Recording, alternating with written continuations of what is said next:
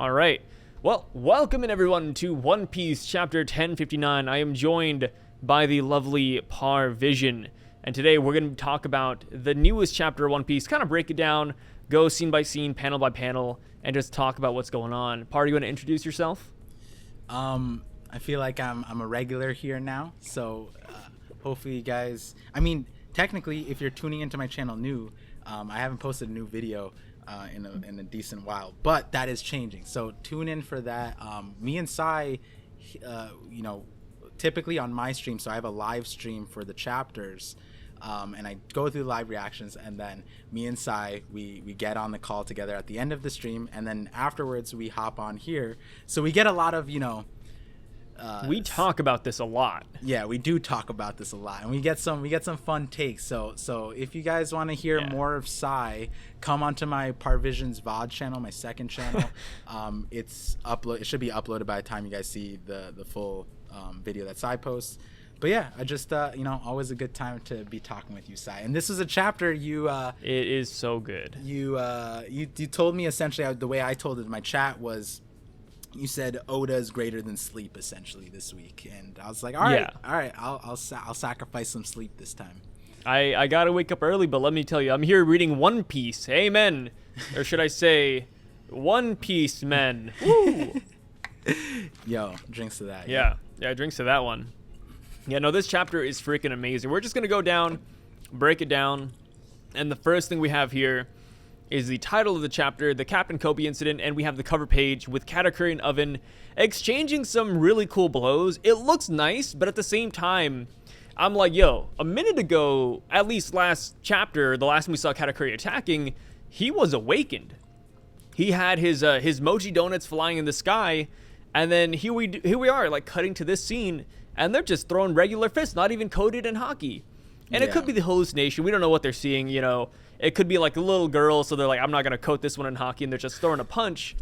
But at the same time, I'm like, yo, like, Caesar's gas is really effective. To be able to work on two dudes that have observation hockey, like, that gas is crazy. Yeah, and Katakuri is a conqueror. I would imagine his willpower could overcome that.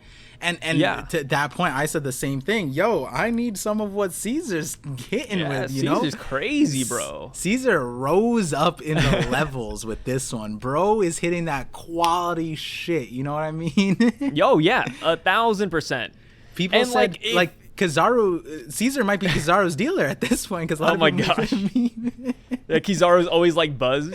The thing is that like if Caesar's Devil Fruit was given to somebody that is really competent, has a lot of hockey and etc., this Devil Fruit could be like one of the top in the verse. Like give this fruit to like Rayleigh or Luffy or Roger. Like dude, this would be game over. Like maybe not. You're done before it even started. Maybe not Luffy because it does take some scientific knowledge. Intelligence. Yeah. Luffy has intelligence, but not the kind that would benefit from this one. He would just know like air and farts. Like that's the only two. Dude, a good one would be Chopper. If Chopper had the gas fruit, game over. Yeah, absolutely. Like the ultimate doctor. Yeah, absolutely. I mean, at this point, a lot of people are like, "Why give him this fruit in the first place if we're just gonna make him merch?" I would have liked... Caesar's a meme. Yeah. Or Gastino. What was interesting about this too was like, how far gone are them? Like, because like this is, whenever someone, regardless of the series, whatever it is, when we introduce something like this where it's able to incapacitate a high tier fighter like Katakuri is up in people's top 30s, right? And Caesar's able to do this where he's hitting his own brother lands a hit on Katakuri despite what we know of Katakuri, and so it's like, is this going to become an important thing in the future? And I don't feel like it will be. It's just a cover story thing. Yeah, and that kind of feels weird. But I just kind of want more for Caesar's fruit and Caesar's gas fruit, but clearly we're going more of the way of the gag, right? Because hallucinogenic smoke isn't like a normal thing that I would imagine in the last saga, right? And we also have to imagine, like, how long will this last, right? Like, the hallucinations, Because I feel like, we don't know how long they've been brawling, of course, but I feel like after this really good hit right here, they might just wake up. True. That is an anime thing, right? You get delusional, and then you just get one good hit on the noggin, and you're back to normal, right? That's what happened with Big Mom's amnesia, right? She got one. It happens in Naruto too. Yeah, exactly. So maybe this is the solution here. It's interesting though, because this already sets it up for the Germas to have escaped. By the time this dust clears, they'll probably find out that they're gone, right? It would make no sense if they stayed and they try to duke it out. I don't know what I could say about their scientific They're not gonna make brains. Like, that would be the dumbest decision ever. They're not robots, they're toasters. Exactly. Hopefully they, the worst case scenario is Judge comes in and he's the final boss. But isn't Judge like top 5 in the verse though? According to some prominent creators. hey, don't downplay Judge. But the thing with Judge, bringing him back up, is that we're about to get the reunion of Judge and Caesar pretty soon, if Caesar actually went along with the Vinsmokes. And, we know that this chapter has Seraphims here, and I made a pretty bold prediction that since Vegapunk was able to create Seraphims, that have this devil fruit potentially, they're these crazy robots and whatever, with Judge being the clone guy with having the German army, and with Caesar being the devil fruit guy, could we potentially see pirate pacifistas anytime in the future? Well, what do you think of that? Or at least Germa smile user clone things. Yeah, I think it's definitely in the cards, right? Like, I think a thematic that's happening across these chapters is just, you think that these two plot points, these two characters are completely separate, but what do we get? Cross-guild. We think that Koby, Boa, Blackbeard, we're here, I'm not technically spoiling the chapter, but later on we get Rayleigh. How many people would have thought all of those cards would have collided? And then the Seraphims in the first place. Like, it kind of just feels like if there's loose elements, just combine them, and that's what we're going to get. And so Caesar, Judge, you combine them, you get children experimentation, cloning, and you combine them with the gigantification, you get a formidable opponent for sure. And then the smiles on top of all of that. Based off of what we saw in the Seraphims, they would be like a budget version of the Seraphims, except not completely fodder, especially if they're gigantic too, right? Yeah. So I am excited to see that. I don't know how that would play out. I would imagine that regardless of their predisposition, they would end up being on the Straw Hat side, right? Rather than being this like independent party. Which is just an interesting thing, because I think of all of the elements at play, we understood Cross Guild, Warlords, this chapter, Warlords, and the Marines, versus this cover story is like the forgotten Big Mom pirates and then Germa 666, and it's like, and then we're combining them, and it's like, how relevant can they be? Given the portrayal that we got of Big Mom towards the end of Wano, even at the beginning of Wano, right? Most people didn't want her there, and then when she was there, it's like it kind of low key felt like even Oda didn't even want her there. So I like to imagine Oda's like sipping a cup of coffee, is like, why did I bring Big Mom here? like what was I doing? Yeah, like especially Smoothie was just completely forgotten, right? She was on the ship. I think you were the one who told me Smoothie was on the ship. I am goofing on Smoothie. I can't believe it. We're past Wano, but you're bringing this up.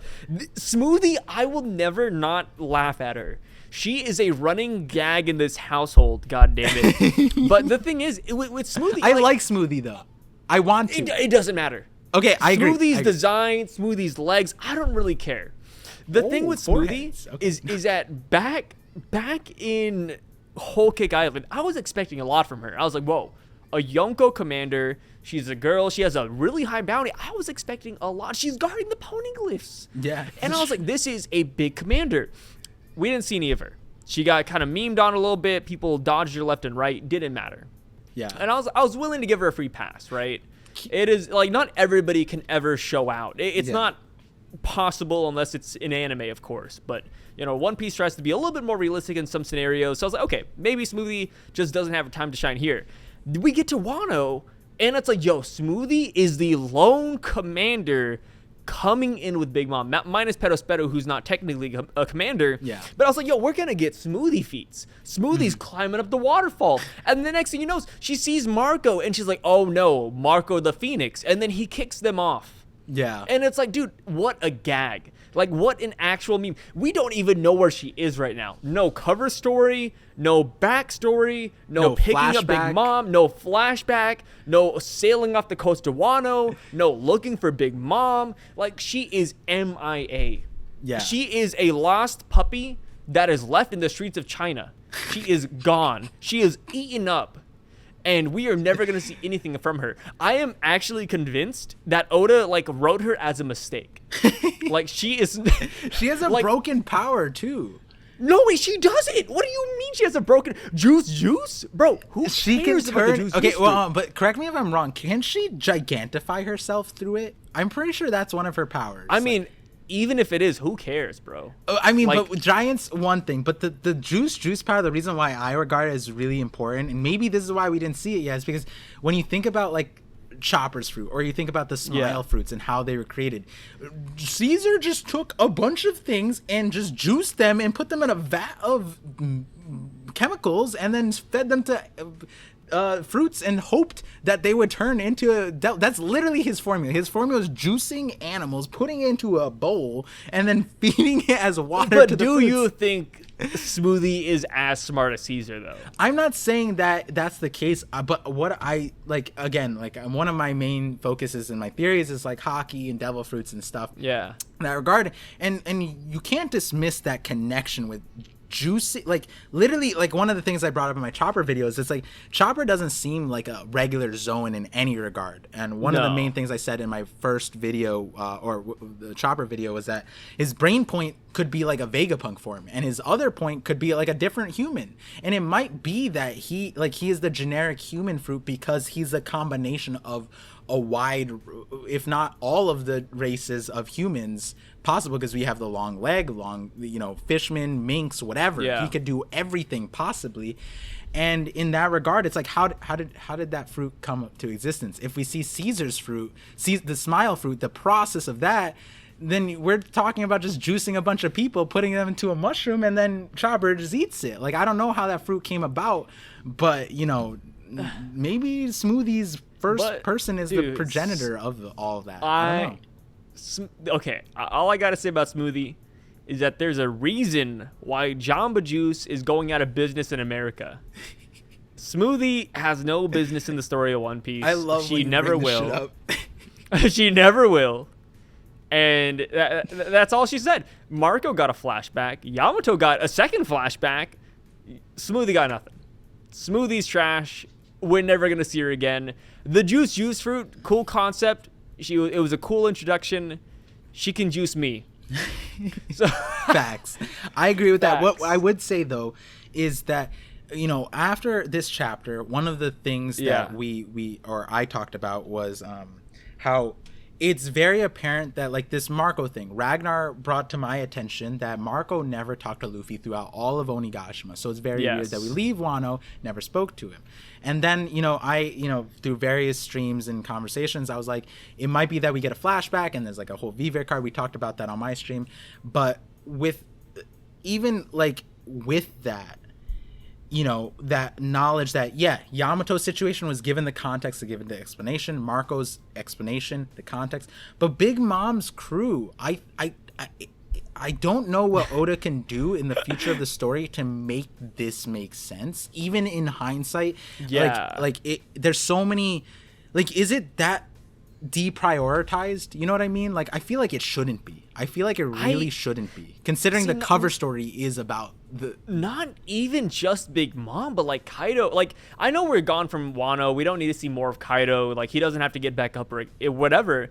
But I think it is important to at least say what happened to them afterwards. Like, even Doflamingo, when he was defeated, we at least got to see him being sailed off to Impel Down. We saw what happened to him when he was in prison in level 6. Yeah. Like, a lot of it, like Hody Jones even. When Hody Jones was defeated, we saw him in the prisons of Ryoku, like of the fish castle, and we see what happened to these villains afterwards. We don't see what happened to Big Mom or Kaido, and because this chapter and last chapter kind of played off of Wano a little bit, and we got Warlords and etc., I'm expecting next chapter to potentially hit on Kaido and Big Mom, while also tackling the last Warlords before we get Luffy and the crew heading to that like final island or next island, I guess.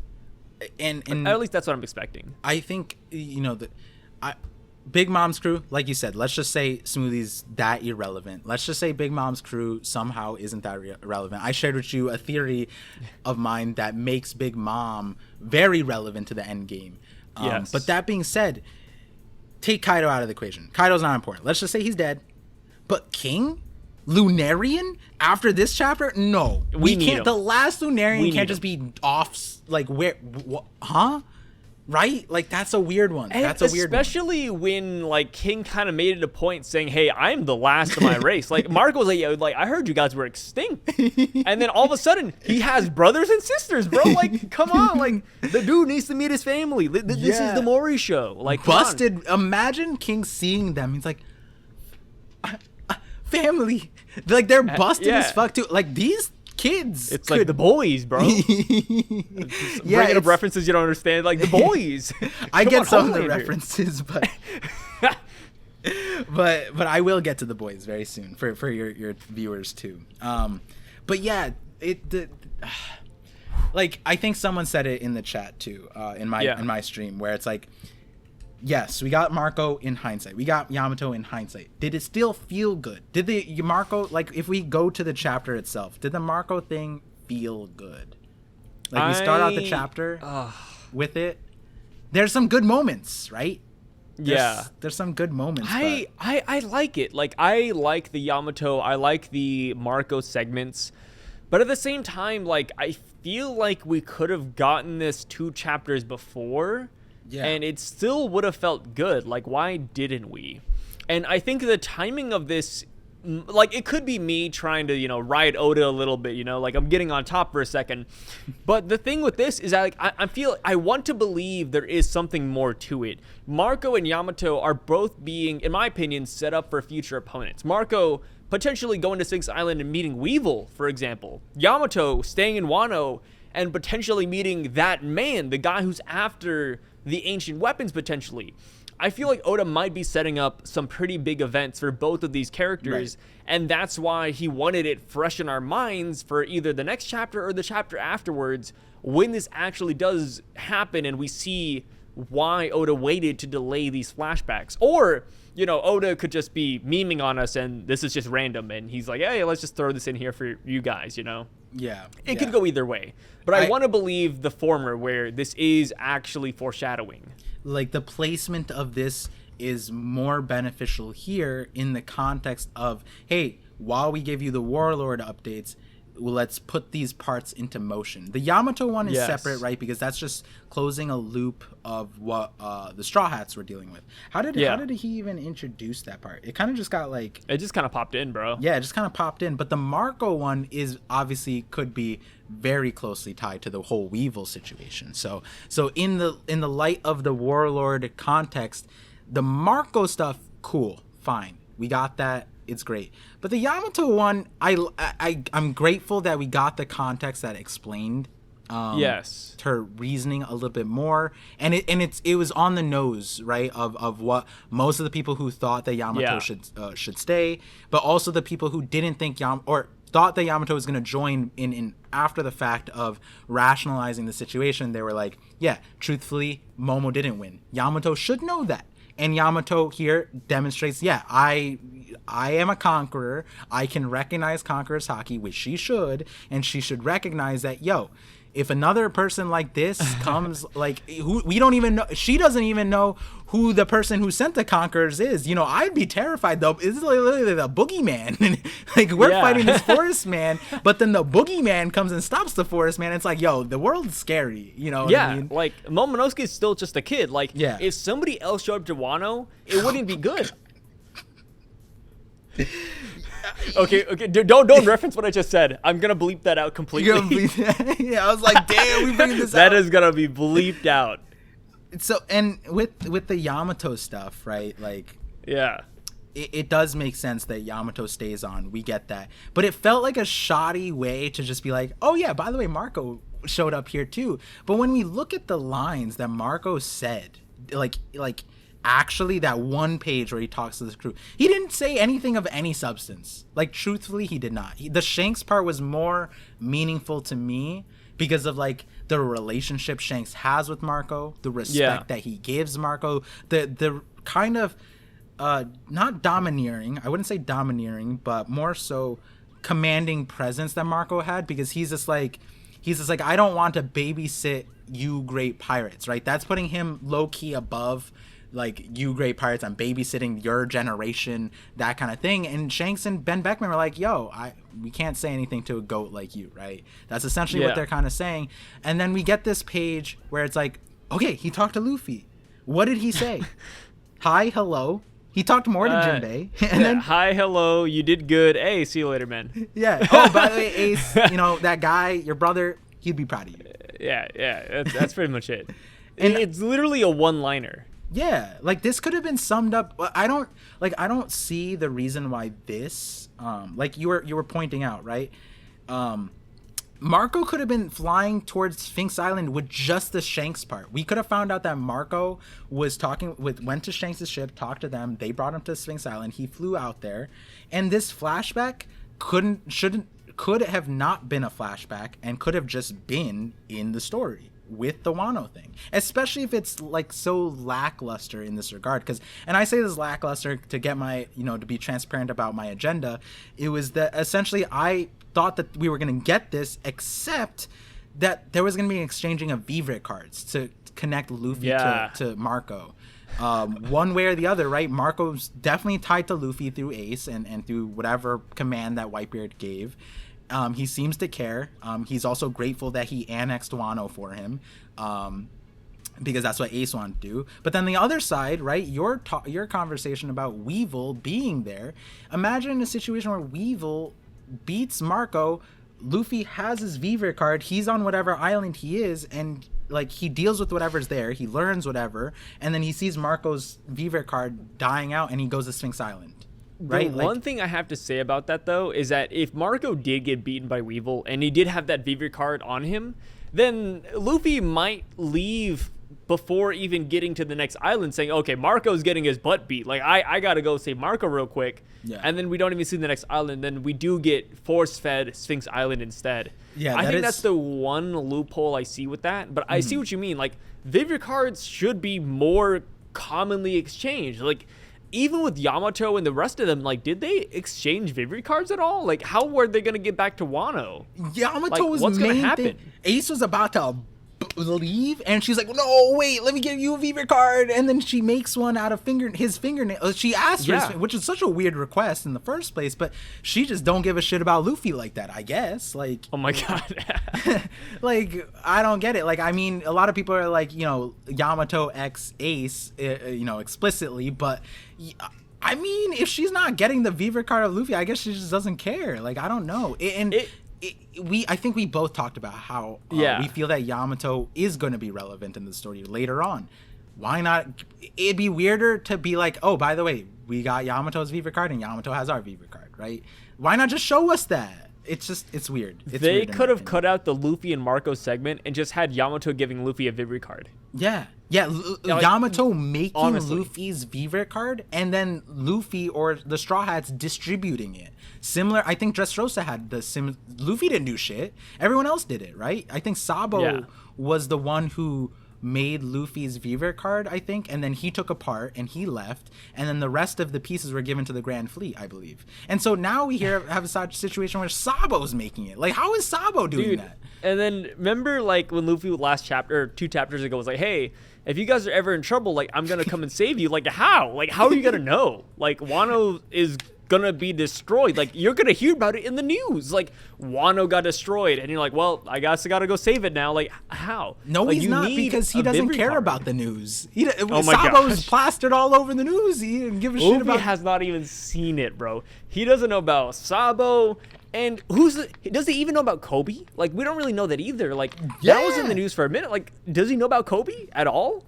Yeah, like, what it was, it said a few days ago, right? Like, the flashback? A few. Oh, it says a few weeks prior. So my thinking is maybe these are different newspapers, but it's breaking the mold a little bit, because usually we just get, this is the news, this is the newspaper, right? Rather than we had like weeks and this is news, this is news, this is news, but these are the newspapers, but we don't get an inkling of what newspapers. All we know for sure is that Luffy does not subscribe to like Forbes, CNN, USA Today. Luffy does not care. Yeah, Luffy's going with the flow. Luffy, if he was a stock trader, he'd be Wall Street Bets for sure. All right. So with that being said, though, let's get on to the Boa Hancock part. But before we get to that real quick, I got to hit you with one question, like yes or no. Does this Yamato segment make you more confident or less confident that she will be a Nakama, or it doesn't matter? Again, I don't care. I have a video coming out that like a lot of people care about the next Nakama. Like I just care about the Nakama. They don't have to join the crew. You don't have to be a friend and come to my house. You know what I mean? Like we could be friends. Like Sai's my friend. You haven't come to my house yet. You know what I mean? But like you're here. You know what I mean? Like we're chilling and like. Hey, if you invite me to your house, you're gonna need to have hella alcohol. Let me tell you that real quick. I drink like freaking Kaido. That's true. I mean, we got a lot of places for you, but like. But with that in mind, right? Like in the future of Yamato, I feel like there's 3 or 4 reasons off the top of my head why Yamato would be relevant in the future. Oni's being the main one, where that's definitely going to be touched on in the future. She's an Oni. We don't know her origins, and now because of this chapter with the Seraphim stuff, we had a lot of conversations yesterday or on my stream about the possible connection of Seraphims and Yamato and Weevil and Seraphims and all that jazz. So I think that when it comes to Yamato, she wants to be like a crewmate. She wants to be out there, but like I think at the end of the day, she just wants the adventure, right? She's taking the duty. She's being serious about it. Love to see it, but she wants to adventure, and the last saga might not be that adventure, if you get what I mean. You know what I mean? Like where's she gonna go? Like Marie Joie? Yeah, exactly. You're gonna go see the slaves on a day trip? Yeah. You're gonna you're gonna go see where Kaido was held like multiple times. Like, oh my god, yay! My dad was held captive here. Oh yeah. Like do a tour. Awesome. of Kaido's prisons that he broke out of. Low key, that would be good for her storyline though, because because then she'll be like, oh, that's why Kaido did what he did. This is why he was afraid of the world. This is why he was such a harsh parent. Yeah, it could make sense. Yeah, this is what made him strong, so he was making me strong in the same convoluted way. Yeah. So I think there is plethora of ways that Yamato can be relevant. I like that. She has to be a crewmate. I don't know. Odin wasn't Roger's crewmate. He was a passenger. I like this chapter a lot because I think this is a way better send off for Yamato than 1057. Oh yeah. 1057, 1056, like Yamato was done fine. Like we could infer all of this, but I think it is definitely better we got this in the actual chapter. Yeah. And for me, like the fact that Yamato says, I want to still be like, I really want to be one of you guys. I want to be a real crewmate. That is saying a lot. Like that is more than just like, hey, I want to be, I want to be affiliated with you. I want to be a freaking Strag Grand Fleet member. I want to be a real crewmate. Yeah. So I feel like this is setting it up, but that's just my own personal agenda, because I do have a huge Yamato agenda. I have a Yamato poster coming to my house, and I'm going to feel like a fool if Yamato does not become a Nakama. And I want to not bring meta stuff into this, but in the Road to Laugh-Tale Volume 3, Oda did mention that he was envisioning a Yamato and Kaido not flashback, but present day talk where Yamato gets Kaido's blessing to go onto the sea as well. I don't remember that actually. Wow. With this actually being a plot point where Yamato stays in Wano, if Kaido is still here, then Yamato could get that final, hey, I'm leaving, I'm not going to be here anymore, see you later. I think that would be really nice to see. And that would give not only Kaido a conclusion, but Yamato a good farewell too. Okay. But that could just be me in headcanon. No, I'm not going to lie. I have an idea that could make this make sense. Kaido's entire thing, and this goes back to my Joy Boy Alliance. Like, I had a video where I was trying to predict the end of Wano. I had a fun time where it's like, I don't care if I'm wrong. It's just like fun to put the idea out. But were you right though? On some parts, I said like Okay. an admiral will be coming. One. Did you really? Yeah. I said that Nice. in the video. That's a good prediction. And I just, because the way it was feeling is like I felt like there had to be an admiral of presence. I just couldn't predict. That is a really, I gotta say real quick, that's a really good guess considering that like Akainu said, hey, we don't have the forces to spare for this. Yeah. And then you go on and say, well, an admiral's coming. Yeah, so this was nice. I think it's after 1049. So right, like people were still Yeah. wondering if Luffy or Kaido's down for the count, and so that was where the video was wrong, where I said Kaido gets back up, or like I guess the more the foundation of it is that Kaido's not dead. That was kind of what I was explaining, and then this would be the end of this thing, and it would have lined up with the chapters nicely. When in hindsight, given what we saw, it would have still worked. But at that point, I was saying like, to deal with this situation with these gods or whatever, Robin, whatever, they don't have the things to spare. So it would be a situation where one admiral is all they could afford to send, because they didn't send them to Warlords from my understanding, and the only person at that time was Akainu. And the reason I said Akainu is because of the crazy headcanon that they went into a volcano with magma, and I was like, yo, that's like, it's like this is Akainu time. But I was like, it's either Akainu or another admiral, but I couldn't tell you which admiral, and I think that was a fine thing to go with. But going back to that thing, I was saying that what is Kaido's like main goal? Like his entire thing was finding Joy Boy, right? Like at least from what we're understanding, he was so focused on Joy Boy. Oh, yeah. And so with Luffy's last words, and we don't know King's and Kaido's perspective of Joy Boy, but he said the person who will beat me will be Joy Boy, right? So in your line of thinking, in your agenda, Kaido gets back up. He's on Wano. Yamato sees him. He's not aggressive. And the blessing that you're talking about is like, hey, Luffy is Joy Boy. You need to protect his ass. Like, I understand that you may not trust me, but like, I'll defend Wano as the guardian deity, him and Momo, the twin dragons. Oh my goodness. And actually, I think this is Joe Three Skulls. This is actually a tweet I saw from him a long time ago, so I'm glad I remember it. Jaya, the mouth part, was two dragons. It's twin dragons. And twin dragons, I think, also have a lot of lore in Japanese and Chinese mythology. They do. Yeah, so it could be a situation where that's the case, where through a conversation, like you said, gets the blessings. We don't know how Kaido ends up being domesticated in that regard, but like maybe he's like the security guard. Like nobody would fuck with Wano if Kaido is there and Yamato gets the safe haven to go. Now, again, the conversation there is, how do you believe that, Kaido is tamed? Because the people who could tame him are gone. There's not anybody left on Wano now that can reasonably contain Kaido. So it'd be a weird situation, and it is still a stretch, but that there is an opportunity where that exists because of the Joy Boy idea. Kaido is one of those characters that I feel like you can take his word at face value. He just wouldn't really lie to you to that extent. Like if he says he's gonna do something, I feel like he will do it. He does have that line though, pirates betray you. But like when we talk about when Luffy defeats somebody, he Doflamingo aside, yeah, like Hody like was like drugged out, right? Like all this shit. Yeah. And he's just crazy, like all that stuff. But generally Luffy beats him, like I think Bellamy, right? Like in a situation where there's dialogue, right? Kaido and Luffy did have dialogue. There was a long fight. Katakuri's another situation like that, where by the end of the fight, it's like these are changed men. Yeah. They're plot.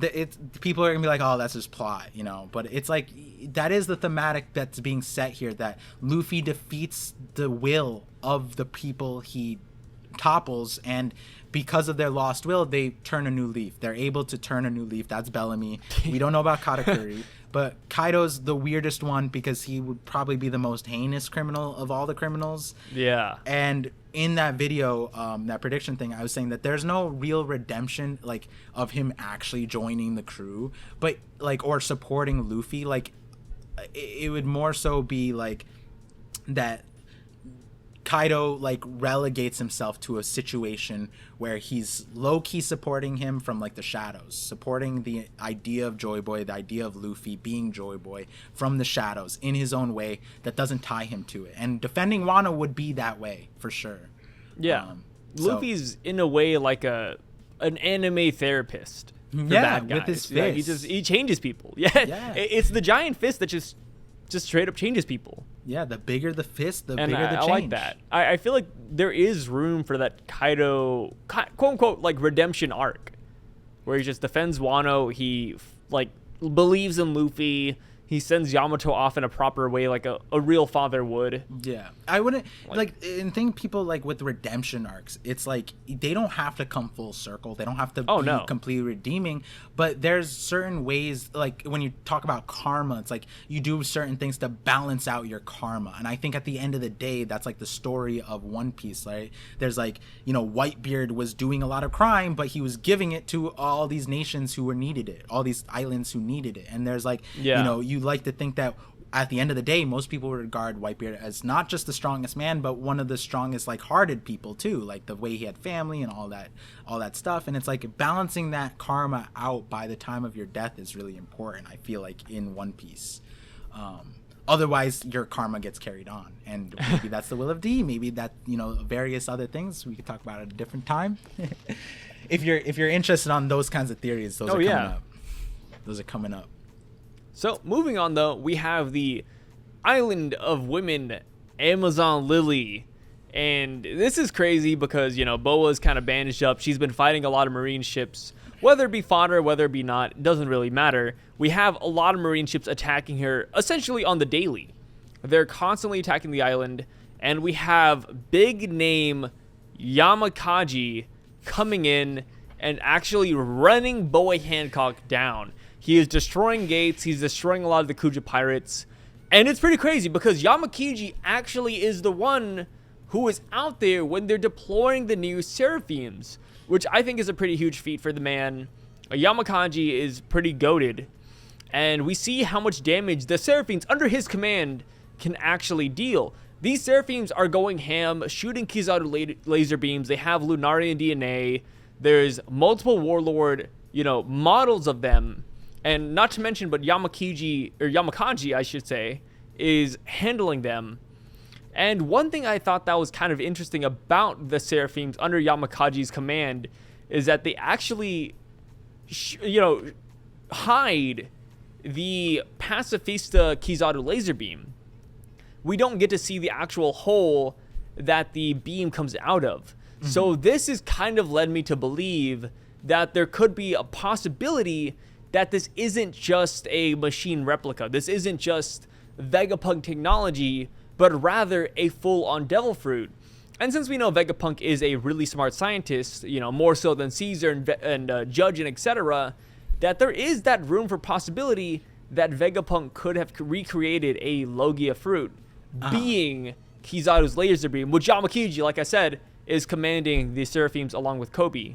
Mm-hmm. Mm-hmm. So what do you think about that? What do you think about the Seraphims? What do you think about the Yamakaji? And what do you think about the attack of Amazon Lily? I thought you were just trying to bury the Yamakaji. I let the agenda Yamakaji run agenda wild. is real. You ran wild at that. I was like, fine, let Sai get his time. This is his house. This is his place. And then he brings up the Seraphims and are like, he's commanding them. No, he isn't. He ain't commanding shit. He's saying the Seraphims should be on the front lines. They said deploy the pacifist. It wasn't Yamakaji speaking, but it was Yamakaji who was out there deploying them. The order was given to deploy the Seraphim, and Yamakaji said, I'm going to deploy them. Okay, but who stopped them? Who actually ordered them? In the story, in the panels. Come on, Sai. It was Koby. Okay. But Yamakaji ranks higher than Koby. No, he got frozen by stone. He dude's fodder. Blackbeard said it best later on in the chapter. Any man could be frozen by Boa Hancock's beauty. So Yamakaji is no different. He's just the man. We cannot blame him. And if you guys don't know, I have a huge Vice Admiral agenda. And Par, believe it or not, does not like Marines or the Navy. It's and not that that's just how it is. Yamakaji, I think Parvision here downplays Yamakaji a little bit too much, and we gotta knock him back, right? Can I get a Y in the chat? No W's, no L's. Give me the Y's in the chat, in the comment section for Yamakaji. Please, if you're watching this video, comment it down below. Show Par that he is wrong and Yamakaji is goated. Why as in why the fuck do you even know this man's name? For you guys, he has Marine forward feats. No, he doesn't. No, okay, just stop. All right. This is where I stopped you on my stream. He tried to pull this bullshit on me on my stream. I almost believed him. I almost believed his ass. He made up literally 99% of everything about it. The only thing he got right in explaining Yamakaji was his goddamn name, and that's not even right. We call him Yamahuji on my stream. Like this shit. Hey. We can't disrespect Yamakaji. Yes, we can. He squared off against Squardo, Lightning, Vista, Mihawk, like... You saying Yamakaji squared up with Vista and Squardo is like me saying Koby squared up with like... with Whitebeard. That's the same shit. Just because he was there on the opposite sides doesn't mean he didn't square up shit. The last thing I want to add here that, you know, I know you're not going to mention it as a pirate fan, but Yamakaji actually said he would defend Suru during Marineford. And what did Suru say? A thing only Garp and Son Goku would do. But with that being said, let's move on. What do you think about the Seraphim? Everyone go look at the wiki and disprove him yourself. This shit. What do you think about the Seraphim? The Seraphims, okay. When I saw this panel, like this first one with the eyes, I didn't fully register. I think I paused. I was like, okay, child, and I looked at the child. Then I was like, wings, and then I saw fire, and I was like, Lunarians. Then I went back to the other panel. I was like, wait, that has star eyes. And then the first thing I did was like, they said, isn't that on that panel? And so I looked at the hairline. This is truthful. I went on the hairline and I went back. I scrolled up because the last one we saw Boa, and I was like, that's the same hairline. It's the same hair. And I was like, is this kid Boa with Lunarian? And then she's like, after you mentioned it, Oda strategically hid the laser part. And then I forget if you mentioned it in this call, but you added the part at the end where some of the Amazon Lily warriors were like, they weren't even scratched, the Seraphims. And so that Logia point being even more supported by the fact that, well, if they weren't even scratched by all these huge figures here, maybe they are Logias. Maybe that is the play here. It is interesting though, because if it were, because I think you were saying it like it's an actual devil fruit. If that's the case though, couldn't Blackbeard like take away their devil fruit powers? But then they're also Lunarians and pacifista type thing, so they are strong in their own right. I think like this one of my first in thought reactions was like, Oda's madman. Oda's a madman. He's crazy, bro. I'm in the theory space. Though I haven't put my weight into the SSG stuff, I've heard a lot of ideas, and even still, with all of them, even if you combine them, I didn't really hear a prominent one that led up to Lunarian, Warlord, cloned, Kizaru laser wielding children. A Warlord, yeah, like this is crazy. Yeah, this is because I was like, to get out in front on past stream, I was thinking that the SSG, I could have posted the video, was that, you remember Sora? I have a different theory now. You remember Sora from the Germa? The South Blue Warrior, yeah. Yeah, so North Blue Warrior, yeah. Yeah, so when you look at, it was they were the hero of the Navy and the world government. So when you go back, I forget what chapter it was. I pulled it up on my stream. On the back of the coat, it was like the world government and the Navy symbol all in one, and I was like, whoa, what if this is the SSG? Maybe we, like, Sora was this like person entity that was being recreated somehow, and that was SSG. And not that like I was far off at the inspiration of the thing, but I mean, we're getting clones of the Warlords. That's not that far. Like, this is kind of wild. Yeah, so this one, I think this panel also just made me really happy because, like, Oda went way above what I was expecting. And then he kept on going. He just kept going. He kept on going. And one thing I do want to note is that, you know, this is true for a lot of other animes as well.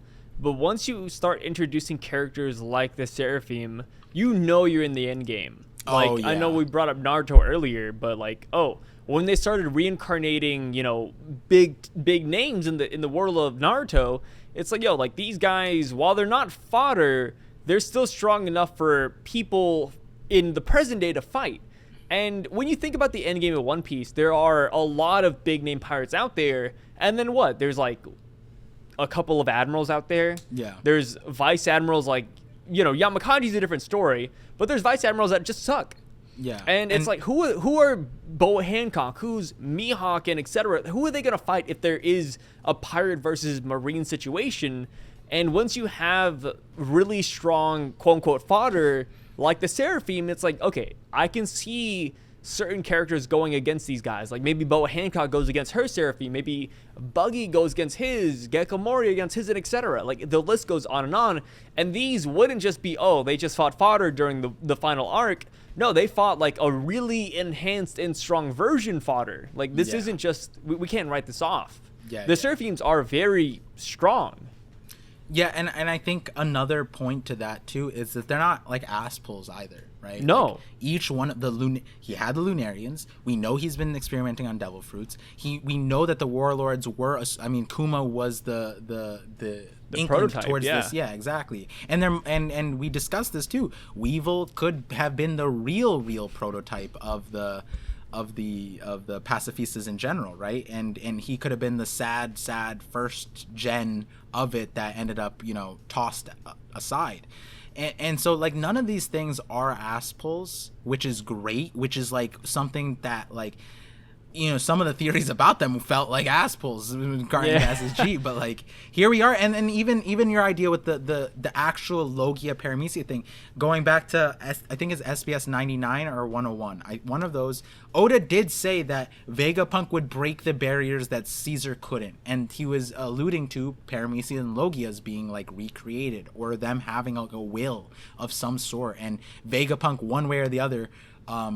Like I think the direct line, I don't remember exactly, was that so far we've seen Zoans in inanimate objects, but Vegapunk might break that barrier. I think that was the context. I might be wrong, but that was the kind of the feeling here. And so here we are right now where we don't see the mechanic that allowed the Kuma pacifistas to use the Kizaru lasers. So it's like, are these legitimate light pacifista Lunarian human warlord clones? Like, it literally could be. Like, that is the thing. Like, I made the point in my video too, but like Vegapunk is a superior scientist to Judge and Caesar. Everyone. And wherever they failed, like, you know, Caesar stopped short at Smiles and only Zoans, Vegapunk can go a step beyond that. He's smarter than them. He's better than them. I mean, he already showed us the perfected Kaido fruit, right?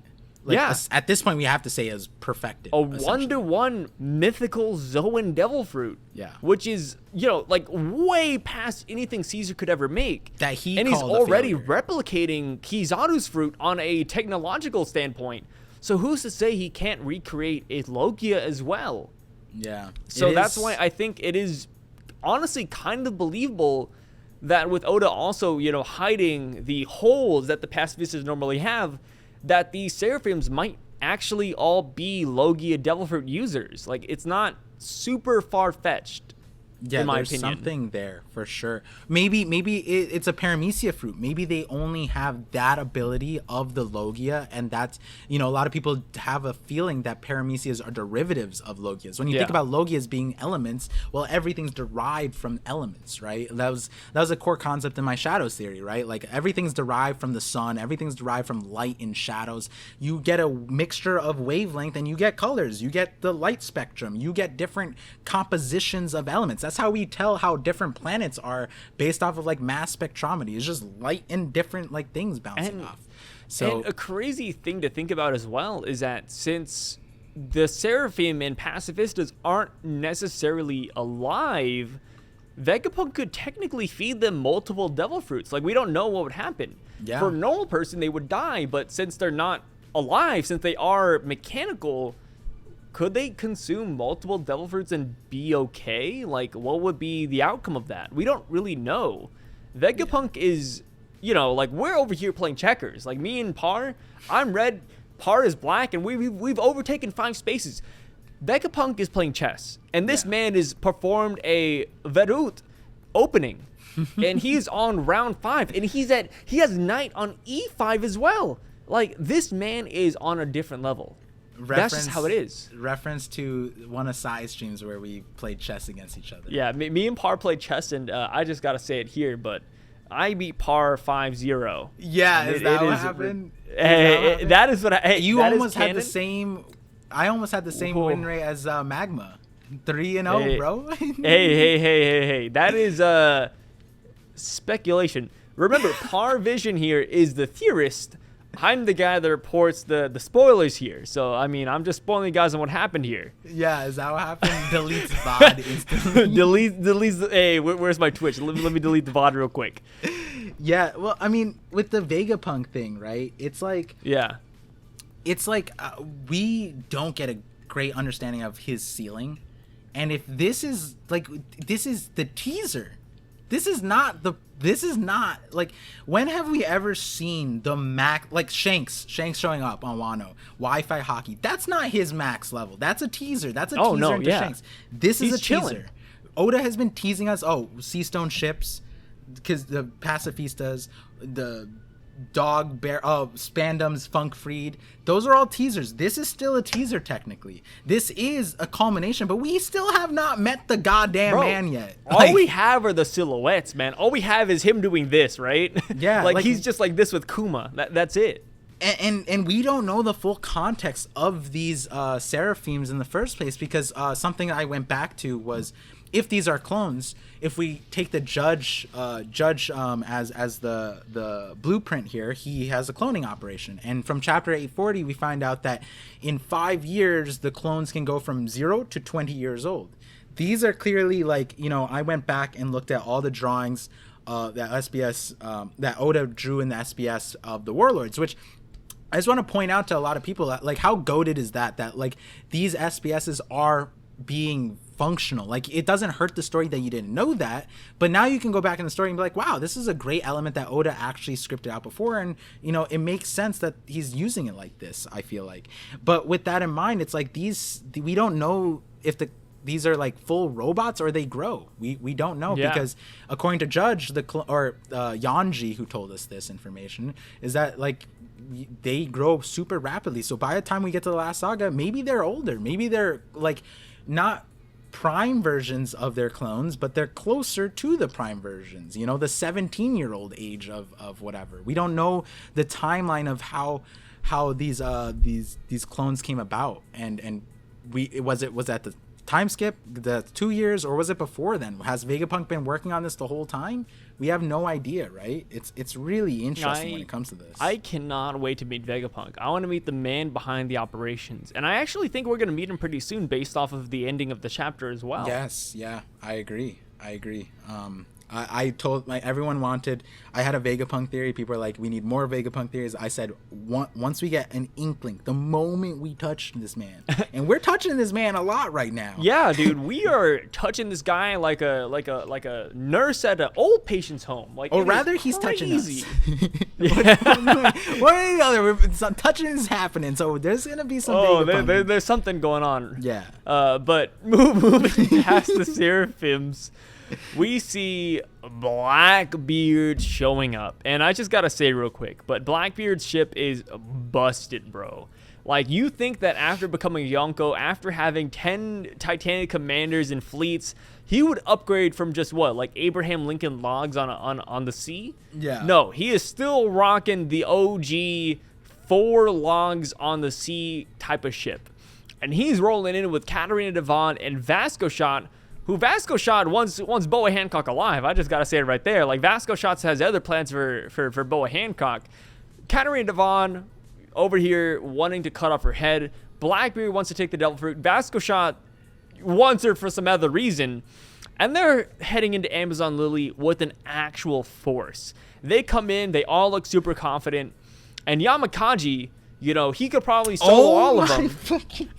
And the thing with Yamakaji is that the only reason he wasn't able to take down Blackbeard is because Navy HQ just did not allow him to do anything.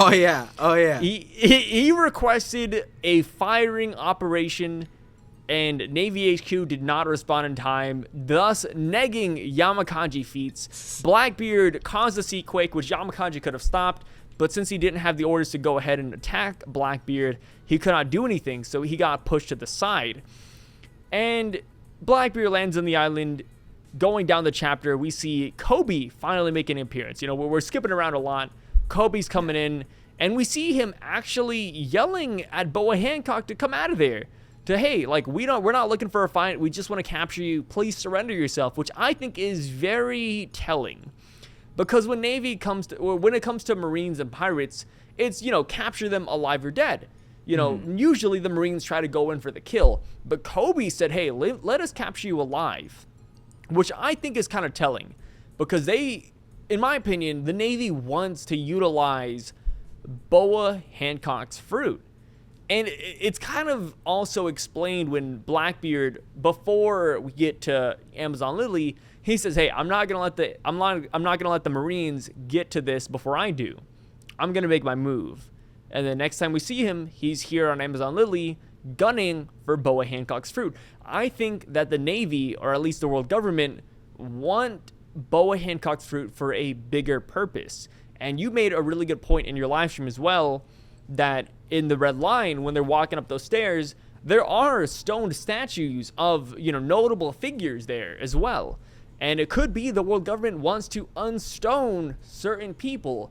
And that could be why they want Boa Hancock alive rather than dead, because, you know, her beauty, as we know, is unmatched. Yeah, so I think that the Blackbeard situation with Koby and then Boa, all of that was like incredibly surprising first and foremost, right? Like, I had my own theory that Blackbeard was going to impel down, and I've been, you know, vocalizing that in a few places, but I was also thinking this is a Blackbeard chapter, and we don't know about Boa Hancock, and she's a warlord, and then we need to know about Koby. So like I couldn't understand a way that this would be relevant, because the one thing that I was saying the entire time, because anytime someone said Blackbeard was going to like Wano or Arabasta for the poneglyph, my biggest retort to that was never in the entire story has Blackbeard ever mentioned ancient weapons or cared about poneglyphs or anything in that regard. The only thing that he's ever cared about is devil fruits. Every scene, every time you hear him, he's looking for devil fruits. Like, he's a fiend for it. Yeah, the guy's a vegetarian. Yeah. and this, like, when we got the dialogue from him saying the stuff about Boa's fruit, my brain, I literally paused and I was like, my brain is on fire right now, because there was a few videos I had right one after another talking about possible mythical zones, and a lot of people responded to that line of thinking, saying Boa could be like a mythical zone Medusa. Maybe her power has a greater purpose, she's not aware of it, and I brought that up in a video that she may not even really know because of the way she got the fruit. She got the fruit as a slave in the Celestial Dragons, and we don't know the context of why they gave her the fruit. And this chapter set my brain on fire because we see Blackbeard, someone brought it up, it's like Blackbeard wants a fruit, but the thing is, from the dialogue here, as far as the TCB scans go, not the officials, but he wants Boa's fruit not because he personally wants the fruit, but more so because he doesn't want the Navy to get the fruit, which is way more interesting in my opinion, because then it's like he knows that the Navy have an agenda that requires Boa's fruit. One, yes. That's very interesting. Two, there was like another thing that the Lunarians line, that he knew the description of the Lunarians, which was something that, like, we talked about on my thing. It's like Marco kind of like he knew of Lunarians. He knew that where they were, but nobody knew the description of it until King was unmasked, from our understanding. There's a huge bounty on information just on Lunarians. And here there's 2 points in this chapter where Blackbeard gives us not gives us the knowledge, but shows us that he knows stuff that nobody else really ever like understands, really. Like what? So like with Boa's fruit, for example, why would it be important? And then Boa gives us the answer, and to me this seems like her acknowledging probably the same thing that Blackbeard is talking about. She says, if you kill me, all your little friends will remain statues forever. Whoever inherits my powers won't be able to release them. Now that's a really important thing, because how does she know that? She's had the fruit as a child. Who is the previous user of the fruit? Why did she, for her to say that line, it's like she had to interact with the previous user or the results of the previous user, which is like, she got the fruit as a child. Where did she get the fruit? Where would be the only time she would really know if the fruit was used prior? Because from our understanding, everyone just turns into statues. I'm not going to go to a statue and be like, oh, well, that was a previous user of the Mero Mero no Mi. No, that's not how that works. So to me, it makes more sense that the celestial dragons they were feeding the fruits to the slaves in succession, and pretty much saying, hey, we have this group of statues, or we have a statue that we want to depetrify, essentially. And so they would feed it to the slaves and punish them until they did it, and they would continue cycle through people until they hit Boa. And Boa is a significant part because she happened to also be a conqueror. She's really beautiful, she can use the power, but Fisher Tiger set her free. She might have been the person to do it, and she might know that she couldn't do it because of the statues that in chapter 906, when we see Shirahoshi going into Merijois, there's a passageway with a bunch of statues, and so it's inset into the red line. So to double check that the digital coloring matches, you go to digital coloring and they are statue colored. They're not red line statue colored. So whether those are the significant statues or not, it feels like Blackbeard wants to prevent something that he knows exists in Merijois. They need Boa's fruit for it. Maybe when we now I'm just thinking about it, maybe so something that's interesting about Boa's fruit is and I was gonna make a video on this actually, in relation to Toki's fruit. I think I brought this up on someone's stream. Toki's fruit is technically not the only time travel fruit. Boa's fruit would allow you to time travel too. If you got petrified 800 years ago, what we find out in chapter 521, 522, when they're fighting, I forgot the girl's name, the girl that liked Luffy and, you know, the jewel stuff and, you know, that Margaret? kind of thing. Margaret, yeah. When she comes out of the stasis, she's like, it feels like no time passed. She was like in this like limbo essentially. So we don't know how that relates. What happens if 50 years go by? You would probably just get depetrified and you would have no knowledge of what happens. And so in that regard, I was just thinking like, wait, if you had Doflamingo was saying he wanted Law's power for the personality switch or like a body switch. Maybe that relates to these statues in a way. Somehow you could pull out personalities or something from these important statues. Maybe that's like a hidden power, and it's coming back to, again, there might be an important statue. Like, I don't know if you heard this theory of mine where I was saying the man with the burning scar could be a completely new person, and one of the options was if it's someone that we find out I'm paraphrasing the entire line of thinking, but the man with the burning scar could be information that Kid got from Big Mom's poneglyph, which Law and Luffy haven't read, which would imply that this is someone from the Void Century, and that would mean that there wouldn't be that many ways for this person to exist unless they're like an Eam person, right? And it would make more sense if they were like a statue. Maybe there's a statue with a burn scar, and that would be a man with a burn scar, and you'd have to find that, and that would give you information somehow. Maybe Voice of All Things, maybe there's text, maybe there's something, I don't know. But more and more I'm thinking that this statue power that she has is super powerful, and the reason why she can't do anything right now is she hasn't reached the the highest level of her powers, which makes sense given how the story is progressing, right, to awakenings and higher levels. Like Law has an ultimate ability, right, like there's variations to these powers. So that was my long thoughts about the Boa Hancock situation. I like that. And, like, this could just be kind of headcanon and theory crafting here. But if there was someone in the very far past the Void Century that had the Meta no Mi, I think it would be kind of a nice nod if it was, Joy Boy's quote-unquote one-sided lover, just like how Boa Hancock is here, too. Like, somebody on Joy Boy's side that said, I'm a stone these dudes real quick. Yeah. I think that would be kind of nice too. Yeah, and I have a few things relating to, like, a lot of people don't.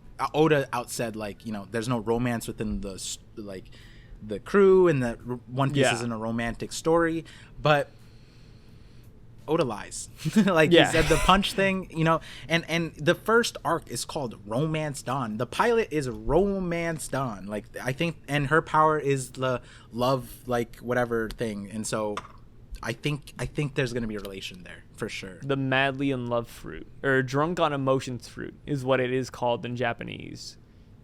Exactly. I think it's the English translation and the Viz translation that calls it the love fruit. Mm-hmm. But in Japanese, I think meadow is actually a whole phrase. Oh. So it's actually more ambiguous than it gives off. It's not just like, it doesn't translate directly to love. Okay. Wait. We gotta talk about that after this call too, because I'm curious about that. I have a few videos relating to Boa. And going into the devil fruit powers. That's fun. Okay. That's cool. It's I think the correct Japanese translation is madly drunk in love. Mm-hmm. Okay. So that's why a lot of people are speculating that Boa's Hancock, if it isn't like a Zoan or anything else, that it could be a devil fruit that is entirely run on emotion instead. Yes, I agree. 100%. 100%. That's part of my Conqueror's Hockey theory too. A lot of people think it's just love, but it's any emotions. Like that was discussed, but it's just she's uses her advantage, right? Her beauty. Yeah, and a lot of other empresses of Amazon Lily are usually just drunk on love anyway, so it makes sense for her to have this attribute specifically. Yeah, and we get another example of an empress this chapter. So with that being said, Blackbeard arrives. Boa Hancock is doing her thing against Koby and the random marine fodder, and Blackbeard runs into a pacifista, and he recognizes this pacifista as well. We kind of discussed that a little bit, but this pacifista is different. This Seraphim is different because it resembles Dracul Mihawk when he was a kid, although, of course, Lunarian. He even has a mimicked version of Yoru, which it could be the shading, it could be a lot of different things, but his version of Yoru actually looks like it might be a quote-unquote blackened blade, or at least a blade that is just dyed black, or shaded black. But either way, it is quite impressive because with this fake Yoru, he was still able to slice off an entire mountain that was a part of Amazon Lily, which is pretty phenomenal for a kid, or even pacifista. Yeah. Back in Saboti, we saw Pacifista destroy one of the tree groves. And here we're seeing a Seraphim, a new Pacifista, slice an entire mountain off, almost effortlessly, too. Yeah. What are your thoughts on this one? If we're talking about formidability, this is formidable. This dude showed up on site, sliced the island nearly in half. Yeah, I would imagine if he wanted to, he could have sliced the island in half. And this is Kid Mihawk. And again, if you go back to it's difficult to see from these things, but we even see the double layered eyes that I've been talking about. A lot of people thought that these eyes were stylistic, but now we get an understanding that these are probably genetic, because Boa's had the star eyes. I don't know what that's from. I don't know what that means, but for this one to have the double layered eyes, that brings my double layered eye video into the forefront for sure. I think there's going to be meaning to it, for the same reason why, like in the call with Brago a long time ago, before Joy Boy was announced, I said that if Luffy you know, like I think in 1043 it was just like Joy Boy's returned, right? So a lot of the conversation was like Luffy is going to have Joy Boy possessing him, part of him, something. We didn't know the context then, and I said that Luffy was gonna have ringed eyes. I specifically said ringed eyes, not double layered eyes, because of the difference in like mentality, all that stuff. Like, and though it's a theory, we're seeing it being supported. The offshoots of it are still coming through. Where like, why give this the clone of it a double layered eye if it weren't important? Why do these stylistic changes like that? Why give Luffy the double layered eyes? And then again to the kid Mihawk thing, right? Like, this dude's a monster. This kid is an absolute monster. Like, it's taking on a Yonko that we find out that's 4 billion. Like, he's like, oh, actually, wow, significant thing. We see Blackbeard using armor hockey. I didn't even realize that. That's kind of wild. I didn't even realize that one. But yeah, it's this. And then obviously we have Kuma was the first pacifista. We get Boa as a Seraphim. We get Mihawk as a Seraphim. So now that opens the gates. All the Warlords probably are Seraphims now. Like a Jinbei one would go hard, but we all know the number one Seraphim is going to be, my gosh, the number one Warlord, which is Buggy. Yo, it's man, it's gonna be crazy to see what Oda does with this. There's so many possibilities with the Seraphims, because like you said, all the Warlords could be one. We could have a Fishman one. We could have Doflamingo without the sunglasses, Crocodile as a girl, Kuma as a true pacifista. Like, I don't know. Like, the possibilities for these guys are endless. Yeah, Blackbeard. We could have Law, which would kind of be the most pointless one, but we could have Law. But Law's Lunarian would kind of just blow everybody, because everyone already thinks Law's attractive. You make him a Lunarian, then it's like, oh, damn, it's over. It's over. Yeah. Give him the hat. Yeah, it's done. Yeah. It's done. And then I think I laughed when you brought up Moria, but it is true. The past Moria fought with, Kaido. Not on equal terms, but on equal terms enough where he escaped and survived and all of that jazz, whereas the rest of his crew died. So that kind of says a little bit about Moria, right? Yeah. So at least past Moria. So Moria in the good possibility, yeah. Like the good timeline, he just gets stronger instead of weaker. Yeah, like maybe that's what the Seraphim is. It'll be interesting, because we do know that Moria did have a closer tie to the world government. He was kind of like doing their bidding in a lot of ways. And they did want to just get rid of him after Marineford too, which we still don't know the reasoning for that.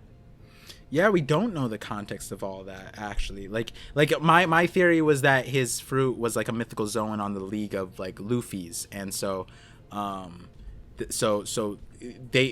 Gorosei have only put a hit on Luffy and Moria in that way. Robin's is different. They don't even want Robin dead. They want Robin alive, and it feels like it's for her knowledge rather than a devil fruit. But if it were her devil fruit, that's why I made a video on her devil fruit.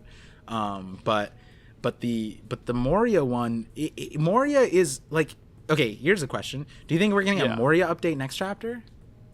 I 1000% think we will. Okay. It feels like it, right? Because we got Blackbeard. Moria was a warlord. We're getting updates the about Warlords, bro. Like, it is like last chapter, this chapter, even the chapter previous. I would consider Jinbei as fulfilling that warlord spot. Like, we have had every single past and former warlord in the past 2 chapters. The only ones we're missing are Weevil, Doflamingo, and Gecko Moria. And if we continue on alongside the Blackbeard story, Gecko Moria is going to get brought up. We can go to Impel Down, and we can see Doflamingo, who has knowledge on ancient weapons, the secret of Marie Joie, and etc. And then we would also have Weevil, who, like we said this chapter, could be connected to Marco on Sphinx Island. Like, there's a lot of possibilities that wouldn't seem out of place if they were placed next in the chapter. Yeah. And I do think that one thing we can confirm, though, is that amongst Vasco, Katarina Devon, and Blackbeard, we don't see the shadow fruit. So, I think a lot of people, including myself, thought that one of the most powerful utilizations would be Blackbeard having the Yami Yami no Mi and the Kage Kage no Mi. Like, he is darkness and the shadow human, or the shadow ruler. Like, it would be match made in heaven, and he doesn't display any of those powers here. I don't even know how those powers would turn the tide here, but it could have. Like, what if he took the shadows of these the Seraphims? Like, yeah, who knows? I don't. Do they have? They should have shadows. That would be they have crazy. shadows. There's no way. Yeah. Well, I mean, like, sentient shadow. It's so weird because robots have shadows, but do they have like a shadow you can steal? Can they get burned? Yeah, exactly. Like, deleted. It's, there's this chapter. There's so many. I mean, there's a reason why you were jumping off the walls about this one with me, because like you said, the theories run rampant with this one. Par doesn't read spoilers, but I do. So during the week, I can't say anything that even hints remotely to the chapter. All I can say is, dude, we need to talk about this. I can't wait for it to come out. That is me almost every week the past 2 weeks. I'm like, yo, like, I want you to read this chapter. Like, it's going to be great. And then I go off and I try to derail the conversation. Like, oh, what do you think about a Whiskey Peak? You know, like something that has nothing to do with the chapter. So I'm not like spoiling him at the slightest. Yeah, just to talk about One Piece. So we're still just to talk about One Piece. At this point, it's like you'd be so motivated. You might just translate the chapters on your own.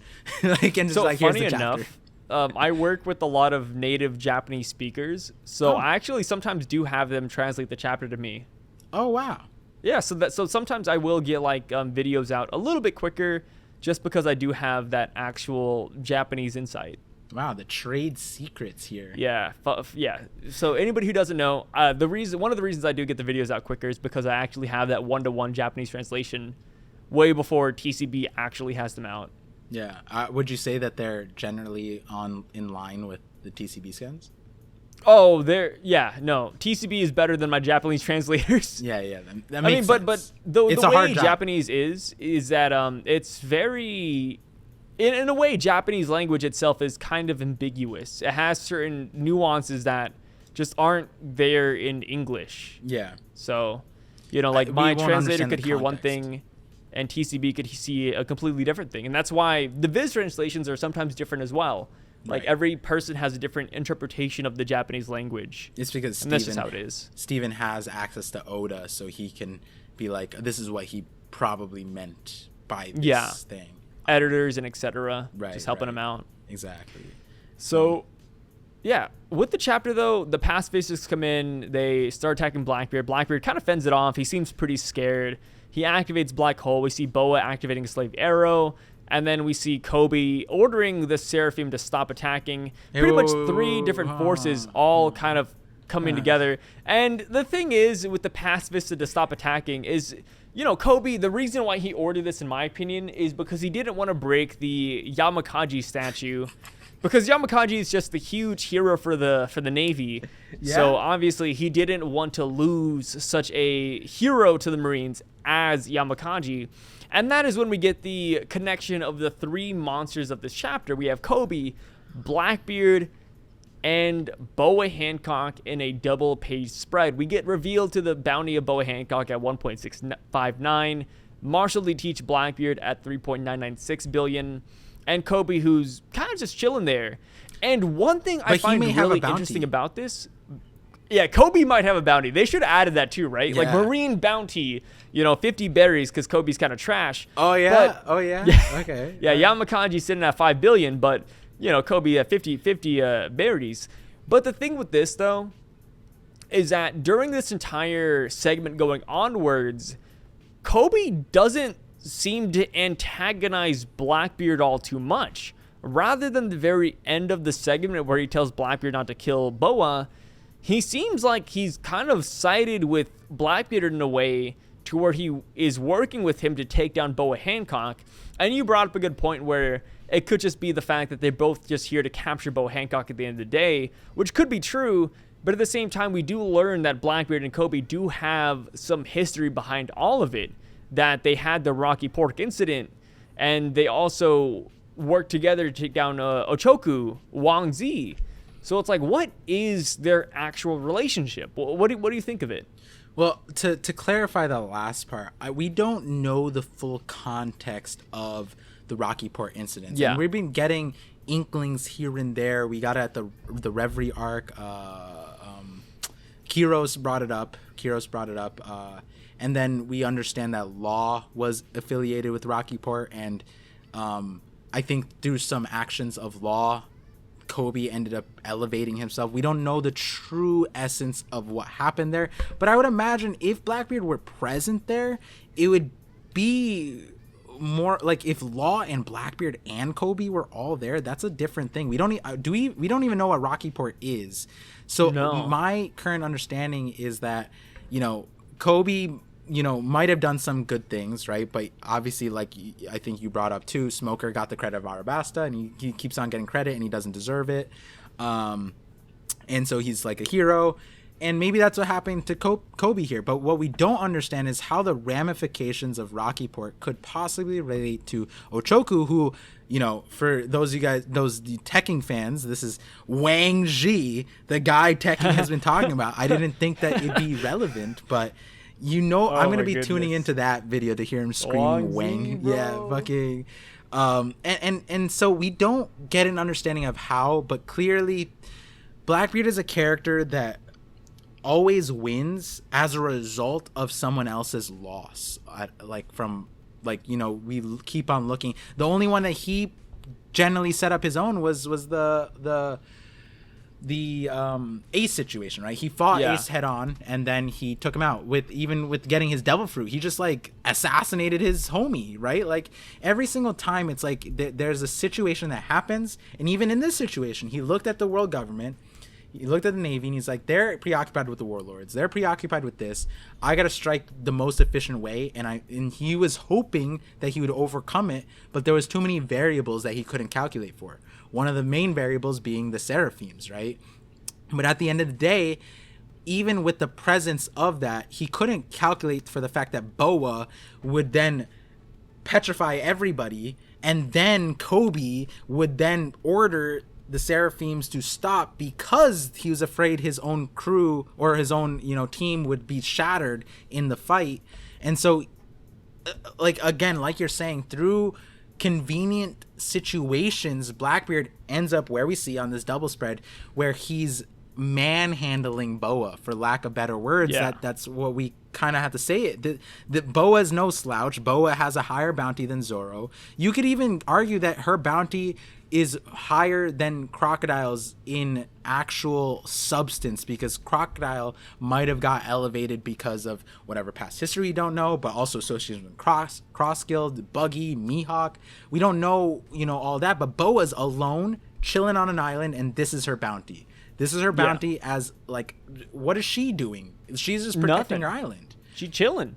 And yet, nearly 4 billion bounty man, and this is an idea that a lot of people thought was that Blackbeard, his bounty would be raised. So now it's Shanks, Blackbeard, Buggy, Luffy. This makes sense. Great. But what I didn't expect was him to just straight up throat hold Boa, who's formidable out there. She's a conqueror.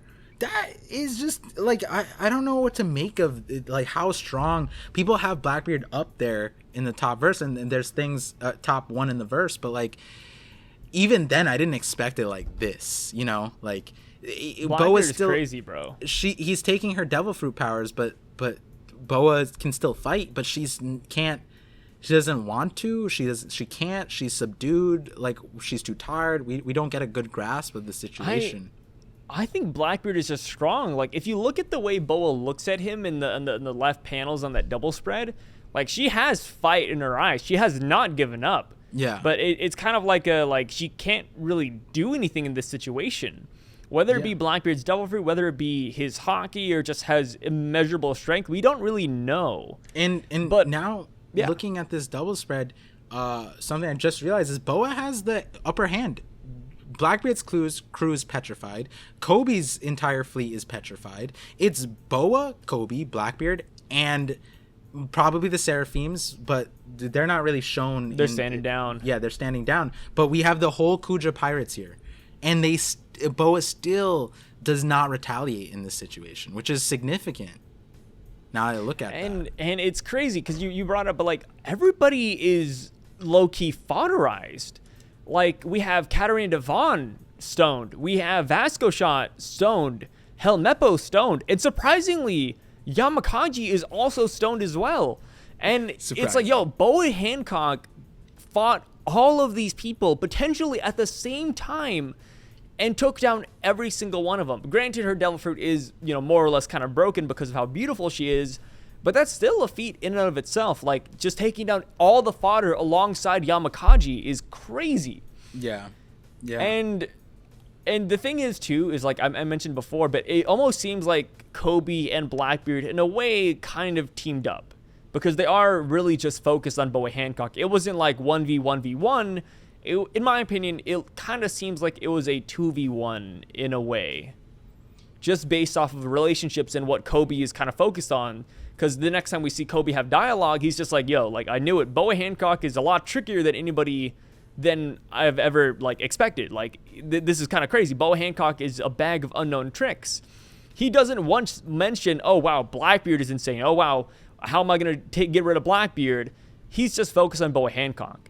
This is so true. It's very obvious that Koby more or less sees Blackbeard as an ally, which I think is kind of fascinating, and it's very telling of the end of the chapter and Koby's quote-unquote abduction as well. Right. What are your thoughts on this whole fight here about the Koby and Blackbeard aspect of it?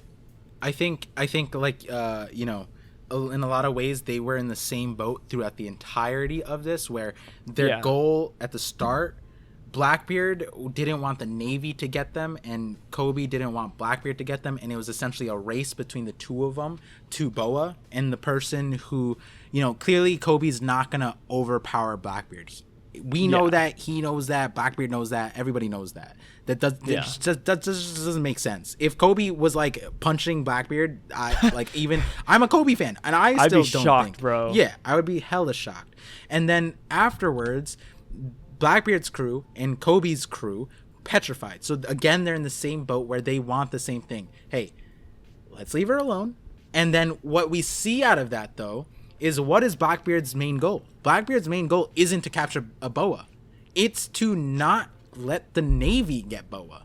So by creating this, this situation where it's like, hey, if I unhand her, will our crews be fine? And then she's like, if you get off my islands, great. And so that's something Blackbeard, who is in the controlling situation here, can agree to, because he, again, from the dialogue, it's not like he personally wants Boa. He just doesn't want the Navy in the world government to get Boa, which is kind of like he's almost like an ally to Boa. It's either you get captured or I capture you. And so I would rather capture you than someone else captures you, right? Again, this situation is so complex that, like, I didn't think Oda would introduce something like this, because there's so many moving parts. Again, referencing the very end of it, where we see Koby is captured by Blackbeard, and it's like, huh? Like, how did that happen out of this resolution? Like, how? Yeah.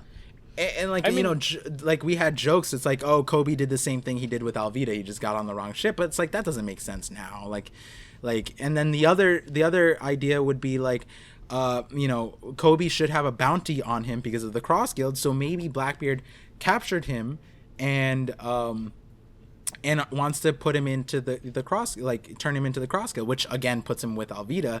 But the overarching idea is that in the grand scheme of this situation, Koby is the aggressor. Without Koby, Blackbeard wouldn't have a reason to capture Boa, and Boa wouldn't be fighting in the first place. So eliminating Koby from this situation is the ultimate, resolution. Now, where we go from here with Koby is now an interesting thing, because I think you were thinking that, like, and you have been saying that they're more allied. It feel like they were allied.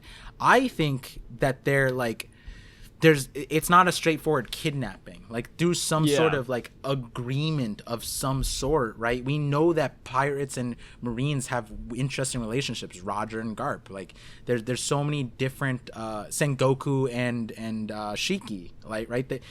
Time and time again, Smoker and Luffy, Fujitora and Luffy. Like there's so many times when we get these Marines interacting with the pirates in a very, very interesting light. Drake and Luffy. But you know, that aside, Blackbeard, if you were to ask me beforehand, Blackbeard and Koby sailing away on a ship together. Nope. No, ain't no way. Like, what is happening here?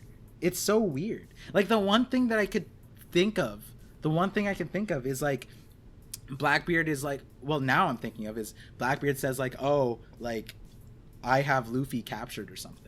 You know, like bait him with Luffy, because Koby, if he hears like Luffy's in danger or something, he might go.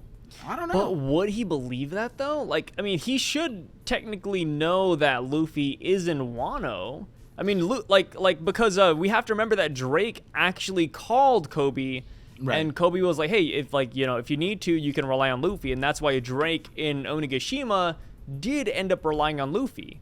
So Koby should know where Luffy actually is at. But so that's an issue with this chapter, and we talked about this off call, was that the timeline of this chapter is very interesting. We get the inkling with Marco, like it's present day now. Marco's thing was when Shanks zapped Ryokugu, right? So that timeline is very interesting. Weeks have gone by, and here we get this situation. It's like present day.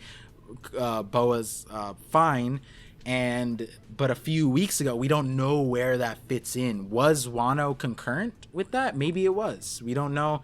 Like, Drake was in no capacity to be giving out information, it didn't seem like. We don't know anything about Drake, to be honest. And it doesn't seem like in this situation, Koby could be getting updates, because they barely got... Like, I don't even know why they need the orders to engage Blackbeard. Like, just attack him, bro. Like, he's a pirate. Yeah, he's not a warlord. He's a Yonko. Like, you know what I mean? It's like, I get it. He's a Yonko. You don't just fight the Yonkos for no reason, but then just back off. You know what I mean? Like, why continue the fight? You essentially did that situation.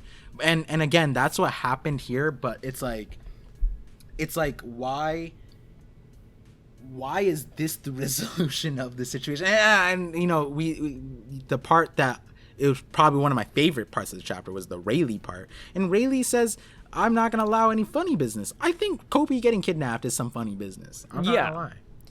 That is another reason why I think Koby went with Blackbeard willingly.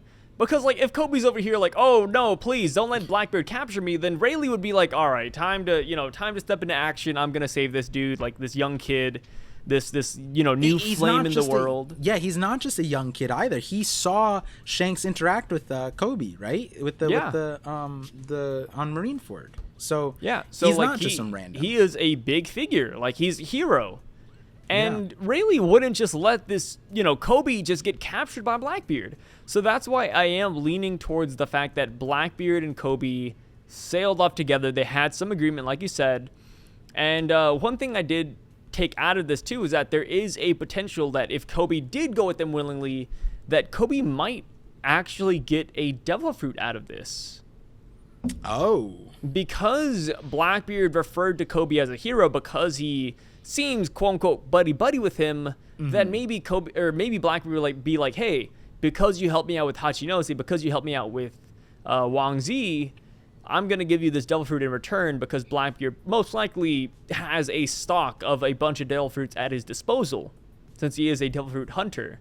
That is kind of what I was leaning towards, but it could go either way. Yeah, obviously it's like it's one of those things where it's honestly it's similar to the last chapter. We get the cliffhanger with Sabo. Here we get a cliffhanger with Koby, and it's like, will we address them anytime soon? I don't think so. I honestly don't think we're gonna get Koby update next chapter or a Sabo update. I think those are cliffhangers that are gonna be addressed in 10 chapters, maybe not even in 10 chapters. Maybe it's like another Reverie situation where it's like we were for 100 chapters now wondering what Blackbeard meant. 3 years. Yeah, exactly. Like what Blackbeard meant by let's take advantage of this situation. It's like, this is what he meant. He meant going to Amazon Lily and not getting anything.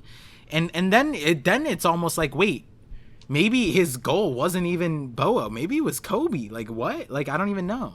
It's kind of interesting. But then again, Blackbeard did say, like, while he was gripping Boa Hancock by the throat goat, he said, I've had my eye on your power for quite a while. Yeah, that's true. So it's like, well, Blackbeard's been wanting to steal her devil fruit, which if he does want to steal Boa Hancock's devil fruit, whether it be, you know, to get it out of the hands of the Marines or not, what would be his purpose in having Boa's devil fruit? Would he give it to himself? Would he give it to one of his crewmates?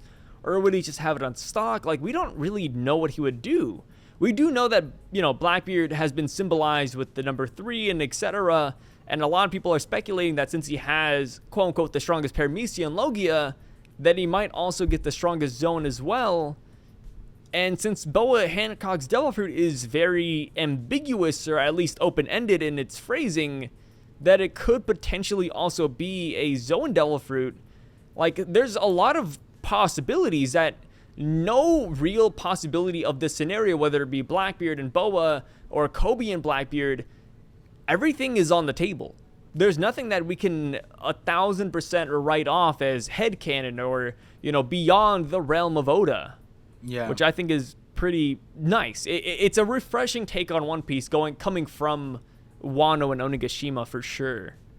Yeah. No, I the point you said about the eye, he had his eye on her power for quite a while. It's interesting because it's like one of those things where it's like, was it not a priority and only was a priority at the thought of losing it, or does he actually have a personal value to it that he thought that he could just wait for? You know what I mean? Yeah. Like what context did he mean the power? Because, like, again, having your eye on something doesn't necessarily mean you want it. It's just you're being aware of it. And I think the main takeaway here, if anything, of this entire chapter is that Boa's fruit is going to be important, I think, for sure. Oh, yeah. Especially because, like, you know, you brought it up before, her power might not just be pure just love, right? The open-endedness of it. It could be more akin to just emotions in general. And that ties really well to my elemental hockey thing. That ties really well into my emotional. So I'm redubbing elemental hockey to elemental hockey, like mental involved in there, because the emotional aspects is really important. If you're a viewer of size and you haven't seen my Sanji video, it's long, but it goes in depth in that. And I brought it up with Cole on our stream together. And the idea is that, like, I think Oda is going in a route where the next power system, the next level to the power system is going to be emotionally tied. And we have a power that freezes you based off of your untamed emotions. If you're not able to tame your emotions, you will be frozen in her sight, in her gaze, in her presence, in her touch, whatever it is. And that's really important because Sanji, one of the main characters, demonstrated this power without Robin, or without Boa present. When he rehabilitated his untamed emotions in Fishman Island, he turned his lust into joy and rehabilitated that and froze in the same way here. And I talk about that in those videos. And Sanji's supposed to be one of the major catalysts for the elemental hockey theory because he was the first person to actually, like, really use it with Diable Jambe. And there's a whole different idea because every single power that he uses is emotionally tied. And now we have this emphasis on Boa's power. And this just motivates me to make those videos even more because it's like we went through every single page of this thing and we picked apart so many different details that we can get. And I think one thing across from all of this is, like, every single power does matter, right? The Seraphims are a display of that, right? Like, you have to understand all of them. If we're going to get more of these things, we have to understand Crocodile. We have to understand Moria. We have to understand Doflamingo, like Jinbei, every single one of these things. They're so, so important to the point where we have this child Mihawk slicing an entire island. Do you, like, that? How is this going to scale into the last saga? Are we just destroying planets at that point? Like, if this is supposed to be, it's not fodder, but this isn't supposed to give Luffy a run for his money end of series, you know? We gotta hope that the last island's made out of, like, sea stone or something durable, man, because, like, you put multiple Seraphim, multiple Luffys, and allies, Boa Hancock, Blackbeard, and etc. You put these guys all on one island, all fighting at the same time. That island's getting messed up. Yeah. Like, say goodbye to the world. It's the end of it. Yeah, like the God Sengoku talked about God Valley as if the world government like disappeared. It's like, I'm pretty sure it's just the people there could have just disappeared it just by like punching each other. like Garp, Roger, Rocks, Whitebeard all in one place. Then you it's like when Goku and Beerus were fighting and they're like, oh my gosh, these fists, every time they collide, a different universe disappears. It's like it's like that. It's like, of space and time is shattering from our knuckles touching. Yeah. And then that concept just went away afterwards. Yeah. They're touching tips. People are dying across the universe. Like, oh my goodness. Like, that's just how it is. Like, Luffy and pretty much everybody in the series is getting so strong to the point where, like, every feat is getting ridiculous. Like, their smallest feats are island enders. Yeah. Zoro, if you probably asked him to, he could probably just draw his blade and cut an island in half. Yeah, if he wielded it. Yeah. That is essentially where we're at. Luffy, if he activates Gear 5th, he could probably destroy, like, rubberize an island and bounce it off to the moon. Like, anything is possible at this point, you know? Yeah, like, and again, I think we talked about this earlier. It's like, this is the debut of Vegapunk's creations, not Vegapunk, and this is the debut of a silhouette of Mihawk Seraphim. This isn't even it, right? You know what I mean? Like, this is him slicing casually, bro. Like, I don't get, like, okay, no slander to the viewers. Some people come onto my channel, my Hockey Theaters, like, this doesn't make sense, it's way too crazy, or, you know, that's the kind of thinking. But it's like, Shanks showed up 5G'd an admiral with just conquers Haki. Do you understand? I don't understand. I made a theory about it, but that's headcanon until proven otherwise, right? And here we are. That was a teaser of Shanks. This is a teaser of Seraphim PX whatever. And it's like, these are just the teasers. The end game is going to be crazy. It's going to be crazy. Absolutely. Like in this chapter, I mean, we talked about the Rayleigh thing a lot towards the end of the VOD stuff, so we don't have to get too far into it, but him being the old guard, essentially, walking up, like flexing his conquers, he's actually serious. Of any other time, this is the time he's actually serious. And he's able to stop everyone in motion. And this is the old guard. And my line of thinking is we're going to surpass. We're going to surpass the old guard. We're going to surpass the power levels. We're going to see some absurd stuff happening. And if this is like, this is the starting line. This chapter, these past few chapters, these are the starting line. Everything from like 1055 to now, starting line. We take this into the perspective of the last saga. And even Rayleigh here, right? You know, my bias aside, he says, I could not handle Blackbeard right now. Like, we got lucky.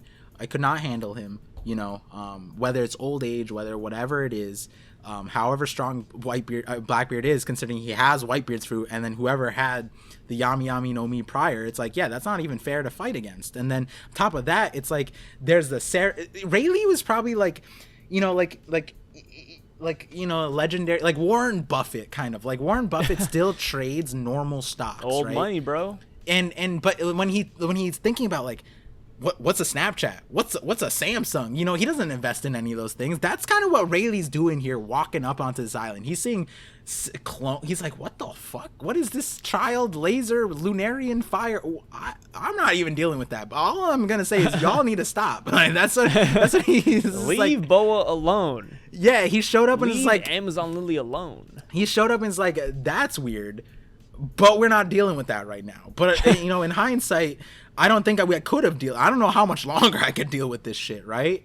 And it's crazy because, like, we see this situation with Shaki. Shaki throws straight, like, Vegapunk caught strays with Shaki. She calls his creations paddle ships, and I'm like, damn. But what about these Seraphims? Like, after that, then we get the acknowledgement of the Seraphims, right? That they are to replace the 7 Warlords, and I don't think many people took that literally like clone and replace the Warlords. It's like the Pokemon first movie kind of plot line, Mewtwo kind of plot line, but and then we got the Boa's sisters, Marigold and I forgot the other one. Sandersonia. They're both just the like hot one. Yeah, they're short. Short. So sorry. The hot one. Thank you very much. Just like Boa Hancock's forehead. Yes, exactly. 4 head, 6 head, 7 head, whatever it is. The head is gone crazy. But they acknowledge the feat that these two Seraphims entered this massive fight, that Koby didn't come out unscathed, that Boa didn't come out unscathed, Blackbeard didn't come out unscathed either. I don't think anybody came out unscathed except for Rayleigh, Shocky. Well, we don't know if Shocky was there, but Rayleigh and the Seraphims, which is like, I think, a testament, right? Like, Rayleigh stopped the fight, but these Seraphims are straight fighting everybody. Yeah, and they were fighting Blackbeard, they were fighting the Amazonians, they were fighting just like pretty much everybody, and they came out unscathed. That's why it adds credit towards the fact that they might actually be Logias, because if you're not prepared for Logia, you're not going to hit them. Yeah, like if you're not trying to hit them, you're not going to hit them. And that's just how it is. Like, these guys, they either can regenerate, or they just have Logias. Like, it could be either one. It could be both. Like, the sky is the limit when it comes to Vegapunk and his creations. And since this is the end game of One Piece, we need to pull out all the stops. Like, we got to introduce these high-level fighters. Like, these can't just be, Kuma model pacifistas that Luffy can destroy in one single hit anymore. Yeah. They have to always amp up that level. Also, the acknowledgement part is that they're Lunarians and they have King durability. And King had absurd durability. Not normal. Yeah. Normal people wouldn't be able to, scratch him in the first place, right? It would take a formidable fighter. Like, it took Enma to damage King's Gimp mask. Yeah. And so in that line of context, between durability, regeneration, whether, because we saw Sanji through some unknown mean had like regeneration. We don't know the Lunarian lineage factors. Maybe they included Onis in here. I mean, they had Kaido. Why wouldn't they add Onis? Whoa, what if we get a Kaido? The perfect race.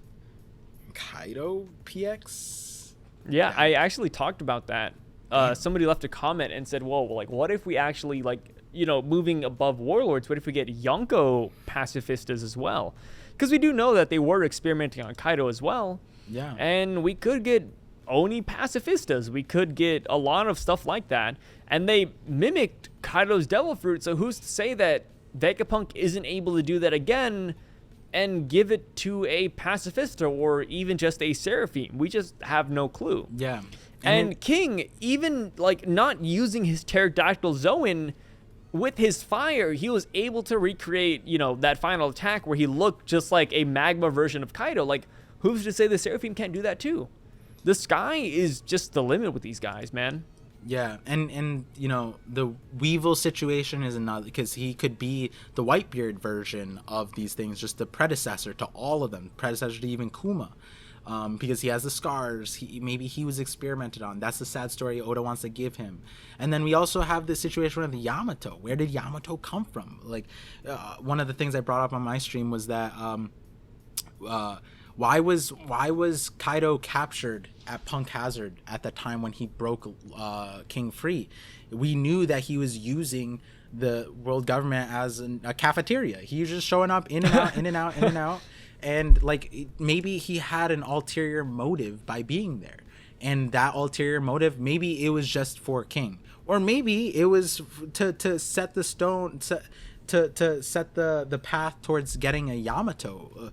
We know that she is an Oni, the Princess Oni, and we don't know the mother, the lineage, and so maybe we don't need that lineage. Maybe it's just Kaido mixed with something else. Maybe it's Kaido and Boa. Maybe it's Kaido, Boa, Lunarian. Who knows with Yamato? And again, I think maybe we talked about this on my stream or off the call, but that is another one of those reasons why Yamato is probably going to be relevant in the future, because her lineage is kind of important. Where do the Onis come from? Right? Are there other Onis? We don't really know. Yeah, it's definitely an interesting thing. I think, again, this chapter set us up for great stuff. It's such a good chapter. So, and you're convinced that Moria is coming next? I think so. I think we'll learn what happens to Moria. We'll get Impelled Down, and we'll also get Weevil. But one more thing about the Seraphim that I forgot to mention is, what do you think about Boa Hancock's star eyes? Do you think there's anything special there? Do you think it's just like tidbit? I made a suggestion that it could just be Vegapunk's design. Like maybe it's his quirk. Like, oh, I love stars. I'm gonna put stars in that eye. Like, we really have no idea. But do you have any interesting takes on that you want to share? I did bring this up where I've been looking at the eyes. I have an eyes channel thread in my Discord server where everyone collects interesting eyes so that I could look at them. I need to catch up on some of those, but the main one being the double layered eyes. That was the most significant eye change besides like Caribou. Caribou's an interesting one because he has like a multicolored eye. It's actually different. Even the wiki noted that. But these star eyes, this straight up reminded me of like Fire Force. This straight up reminded me of Soul Mahou Shoujo. Yeah, this is very different, and I don't think in the entirety of One Piece we've ever seen star eyes outside of like when their eyes glow from sparkles. So I liked your point though. Vegapunk could very well be Vega being the reference to a star system. The Vega, I forget the actual terms, but there's like Sirius and Vega, and they're all like in a constellation of some sort. But I think it's Pleiades, something like that. But yeah, these star eyes are definitely something that I couldn't have predicted. And again, I predicted the ringed eyes on Gear 5. I predicted the double layers eye being important with the Mihawk thing. But truthfully, these star eyes gave me whiplash. I was like, is this just style? Are we just making Boa extra like good extra looking, special? Like, we have no idea. Like, and until we see another Seraphim, maybe someone pushed the idea that maybe all the Seraphims outside of Mihawk have the star eyes, and then it's just kind of like, why? Why do they have these star eyes? Why not Mihawk then? Like, I know he has the double layered. We know he's different and unique, but you could just replace them with star eyes, and like, what difference would that make in a cyborg? Yeah, and a robot. And this is kind of my line of thinking too. I kind of think about like whatever power-ups we see from other characters, like the nth tier, like when Shanks did the Wi-Fi hockey, when we saw something like that, it's like Luffy or one of the main characters is going to demonstrate that as well. But these star eyes, and the who's gonna do this? Yeah, the double layer eyes came into relevance with the Nika thing, and it could come into further relevance with like Zoro's eyes or something. But these star eyes, it's like maybe Sanji, like maybe this could be a Sanji Frankie thing. Like maybe their final form has star eyes because they're both technically like similar derivatives here, right? Like we're saying, people think Sanji's Lunarian, has Lunarian genes. Well, so do these things, right? So maybe the star eyes is like a final form for Sanji. Maybe that would be kind of wild. I'm not gonna lie. Like the pinnacle of technology is just stars. Yeah, it's really astrology. I mean, star power, something like that, right? Like Luffy's technically a star god because the sun is a star. So,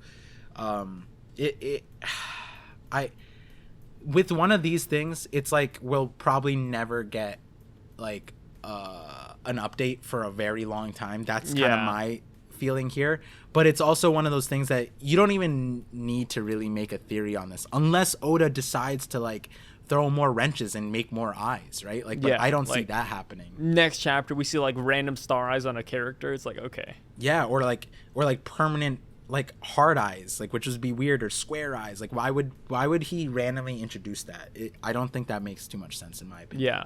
So, one last thing I want to touch on. We're near the end of the chapter. We kind of discussed the Koby incident already, but what do you think about the name of Egghead Port? Because this is the marine ship that was leaving.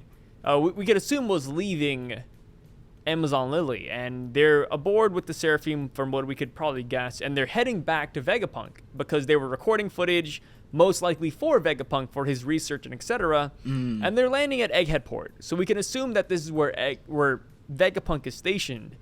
And I made a reference. I just want to hear your opinion, or if you have any ideas about Egghead Port in general. Yeah. But I was like, yo, like, when I saw Egghead Port, I was like, this is Sonic. This feels like a Sonic reference. Yo, I was thinking Professor Eggman. Like this is him. Like, Professor Eggman was the top scientist of his entire verse. We know that Oda loves to draw references, especially from Japanese culture. So Eggman, like, it doesn't seem super far-fetched. And based off of the design we have of Vegapunk thus far, like, granted the silhouettes could always change, but like, this could be like a One Piece version of Professor Eggman. And we did get a silhouette of Vegapunk from the side with a mustache, and that is similar to, I think even when that was introduced, I was like, is this just Eggman? Like, I feel like I had that when I was younger, when I was watching the anime, because when I saw that, I was like, interesting. This is interesting. Yeah, like, something's going on here. I honestly, like, the Egghead thing, amongst everything else in the chapter, I didn't even pay attention. I remember the recording thing. That was significant. The Egghead thing, my brain didn't even connect the dots that they might be going to Vegapunk and he'd be stationed there. But that makes a lot of sense. As to what importance... See, so soft problem that I have is, like, we're using the names Rocky Port, then when they dropped off Buggy in the Odin flashback, they just said, like, a random port city, and it's like we took so long, or it's so not so difficult. The world is so expansive. We're meant to, like, remember these islands. For example, in the Road to Laughdale, it's like, hey, remember Vera? That's probably an important place. And it's like, that's already so difficult for most people. Most people are reading chapter 226 to see Vera mentioned by Nami in the log of Noland. Like, that's not something normal. Like, even as an author, that's not, like, something you'd normally expect a reader to pay attention to.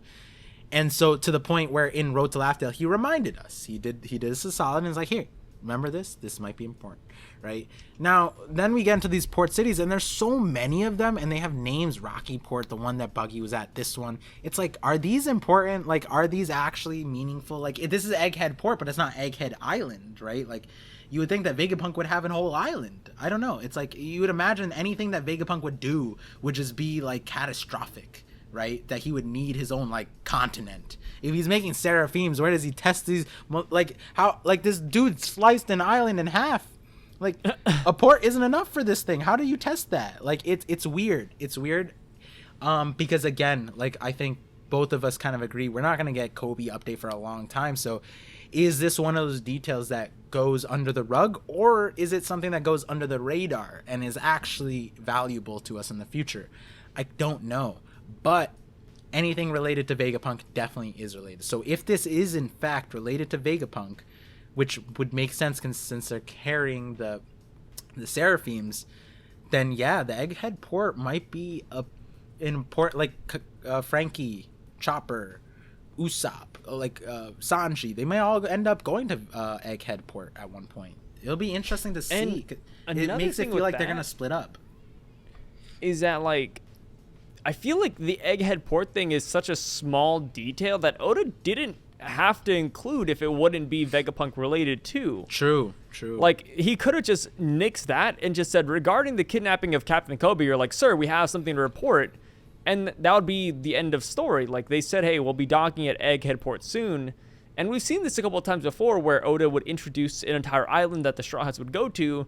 And this is how they usually start, saying, hey, like, we, going into Punk Hazard, going into, not Alabasta. I was about to say Alabaster, Dressrosa. Like, this is usually how arcs start. So I'm just like, wait, like, would the next island be Vegapunk's island? Because we do know that back in Wano, Orochi also mentioned, hey, like, give me Vegapunk. True. Vegapunk has been being brought up more often in the story than not. So if we were to go to Vegapunk's island next, it wouldn't be the most insane thing. And it would be a decent plot twist rather than Sphinx Island, Elbaf, or even Hachinose or Vera. Like, who would really expect Vegapunk to be coming up next? Yeah, actually, the one counter, though, would be that I would think that whatever island Vegapunk is at, it wouldn't be trackable via log post. You can't get there via standard log post, and the reason why I say that is because Punk Hazard had that precedent where it was the only island that we knew of prior, even this is apparently prior to even Akainu Aokiji, was that the point of their secret lab on that island was that you couldn't get there with a log post. And the only reason why Luffy and them went there was because it was on fire, and they were like, Luffy was like, yes, I like running into fires. Exactly. So I would imagine that if the Straw Hats were going to Vegapunk's island, it would be deliberate. It'd be either a decision by their own choice, either visually, again, like what Punk Hazard, or there's some, like a Vivre Card is attached there, or there's a person of interest there. Now, Koby being, like missing, maybe they need to go there for I don't know. It is interesting that we did get this name, because like you said, we don't need the name, especially not now, as we're not going to do anything with it. If it wasn't related to Vegapunk, why tell us? Why just throw that random information? So I think the sentiment I'm gathering now is that the Straw Hats split up. They might split up again for a little while, which might be weird. Now I think about it. And one thing too that I want to make note of is that normally we'd get the name of the island they're landing on too. Yeah. Like we're just getting a port, like a singular port to the island. And if it's an island we're not going to visit anytime soon, you might as well just give us the name. But that's just my own personal tidbit. But yeah, it is a fascinating part of the chapter we can look at and, kind of speculate on too. So. Yeah, because even the Rocky Port thing, why not just give us the island name? Why call it Rocky Port, right? Like you say Rocky Port on some, we've heard Rocky Port now like 4 or 5 disjointed points. Even in this chapter, it was mentioned above and here, and like in the chapters prior, it was like 3 different times, and we still don't know the island name.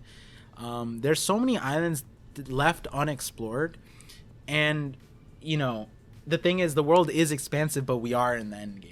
It does have to have some structure. We got to wrap it up. So these, you know what? These ports might all be significant for we can't know the island names because that would give away some of the plot. Maybe like Rocky Port is related to Kano country or something, or that would be relating to the Happo army. And then so if Oda gave us that foresight, then we would be predicting those things. Egghead Port, sounds like something related to Tontada Land, but it's probably not, which is like, Egghead, it's, man. The other thing I think about Egghead is Baron Tamago, and I just don't care for him to come back. No, yeah. Somebody was like, "Oh, Egg? You mean Tamago?" I'm like, "No, get out of here with him." Yeah. Get out of here. Yeah, but I think you brought up. I wasn't even thinking about the ports like that, and I was already scattered brain with this chapter because like I don't even know what to focus on. Oh, man, there's so many different plot points in this chapter. We talked for 2 hours. Really good. Did we really? Yeah, we talked for 2 hours again, and we skipped things. No, we skipped things too. Yeah. Like I'm thinking about it, I'm like, we skipped a couple of small things, but it's like, bro, like my camera's about to die. It's 5:40 a.m. Like, oh my goodness. Yeah. This is crazy. Remember we said we're going to keep this under 30 minutes? We did. We said we're going to crank it out. We said 30 minutes. We're going to be in and out. Here we are 2 hours later, just like the last time. I think there were some great thoughts, though. Hopefully your viewers will enjoy this 2 hours. Yes. Thank you guys for coming in. Thank you if you made it up to this point. We really appreciate it. We just like having these casual discussions. That's when the chapter's funnest. We're avid but also casual One Piece enjoyers. I do spoiler content here, but Par, being the guest, is the man of honor. Do you want to shout out what you do, Par? One more time. Yeah, I mean, I would say I'm a theorist, but I haven't posted in a month, but I will be getting back on that.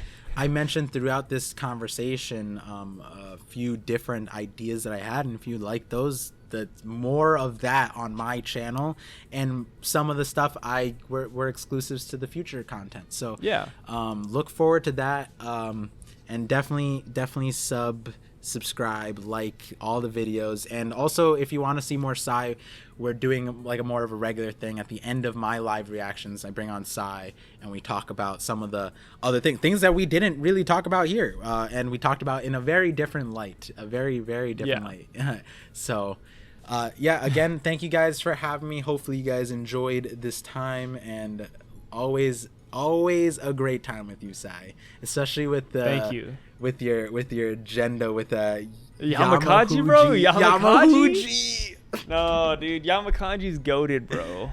Yeah, that always brought a smile to my face for sure.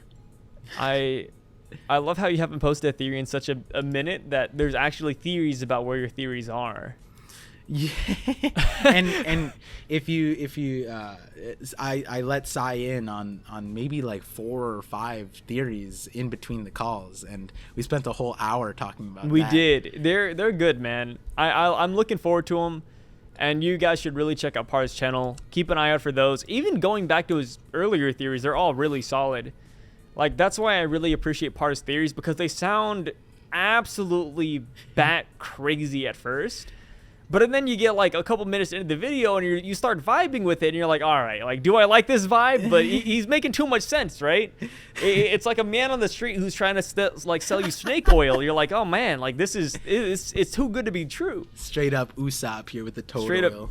Straight up Usopp. But with that being said, yeah, guys, please check out Par. He'll be linked down in the description, the comment section, as well as the title of the video. So if you guys want to see more of him, please check him out there.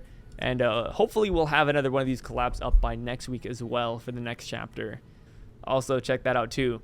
But that being said, thank you guys for coming in, and we'll catch you guys later. Peace out.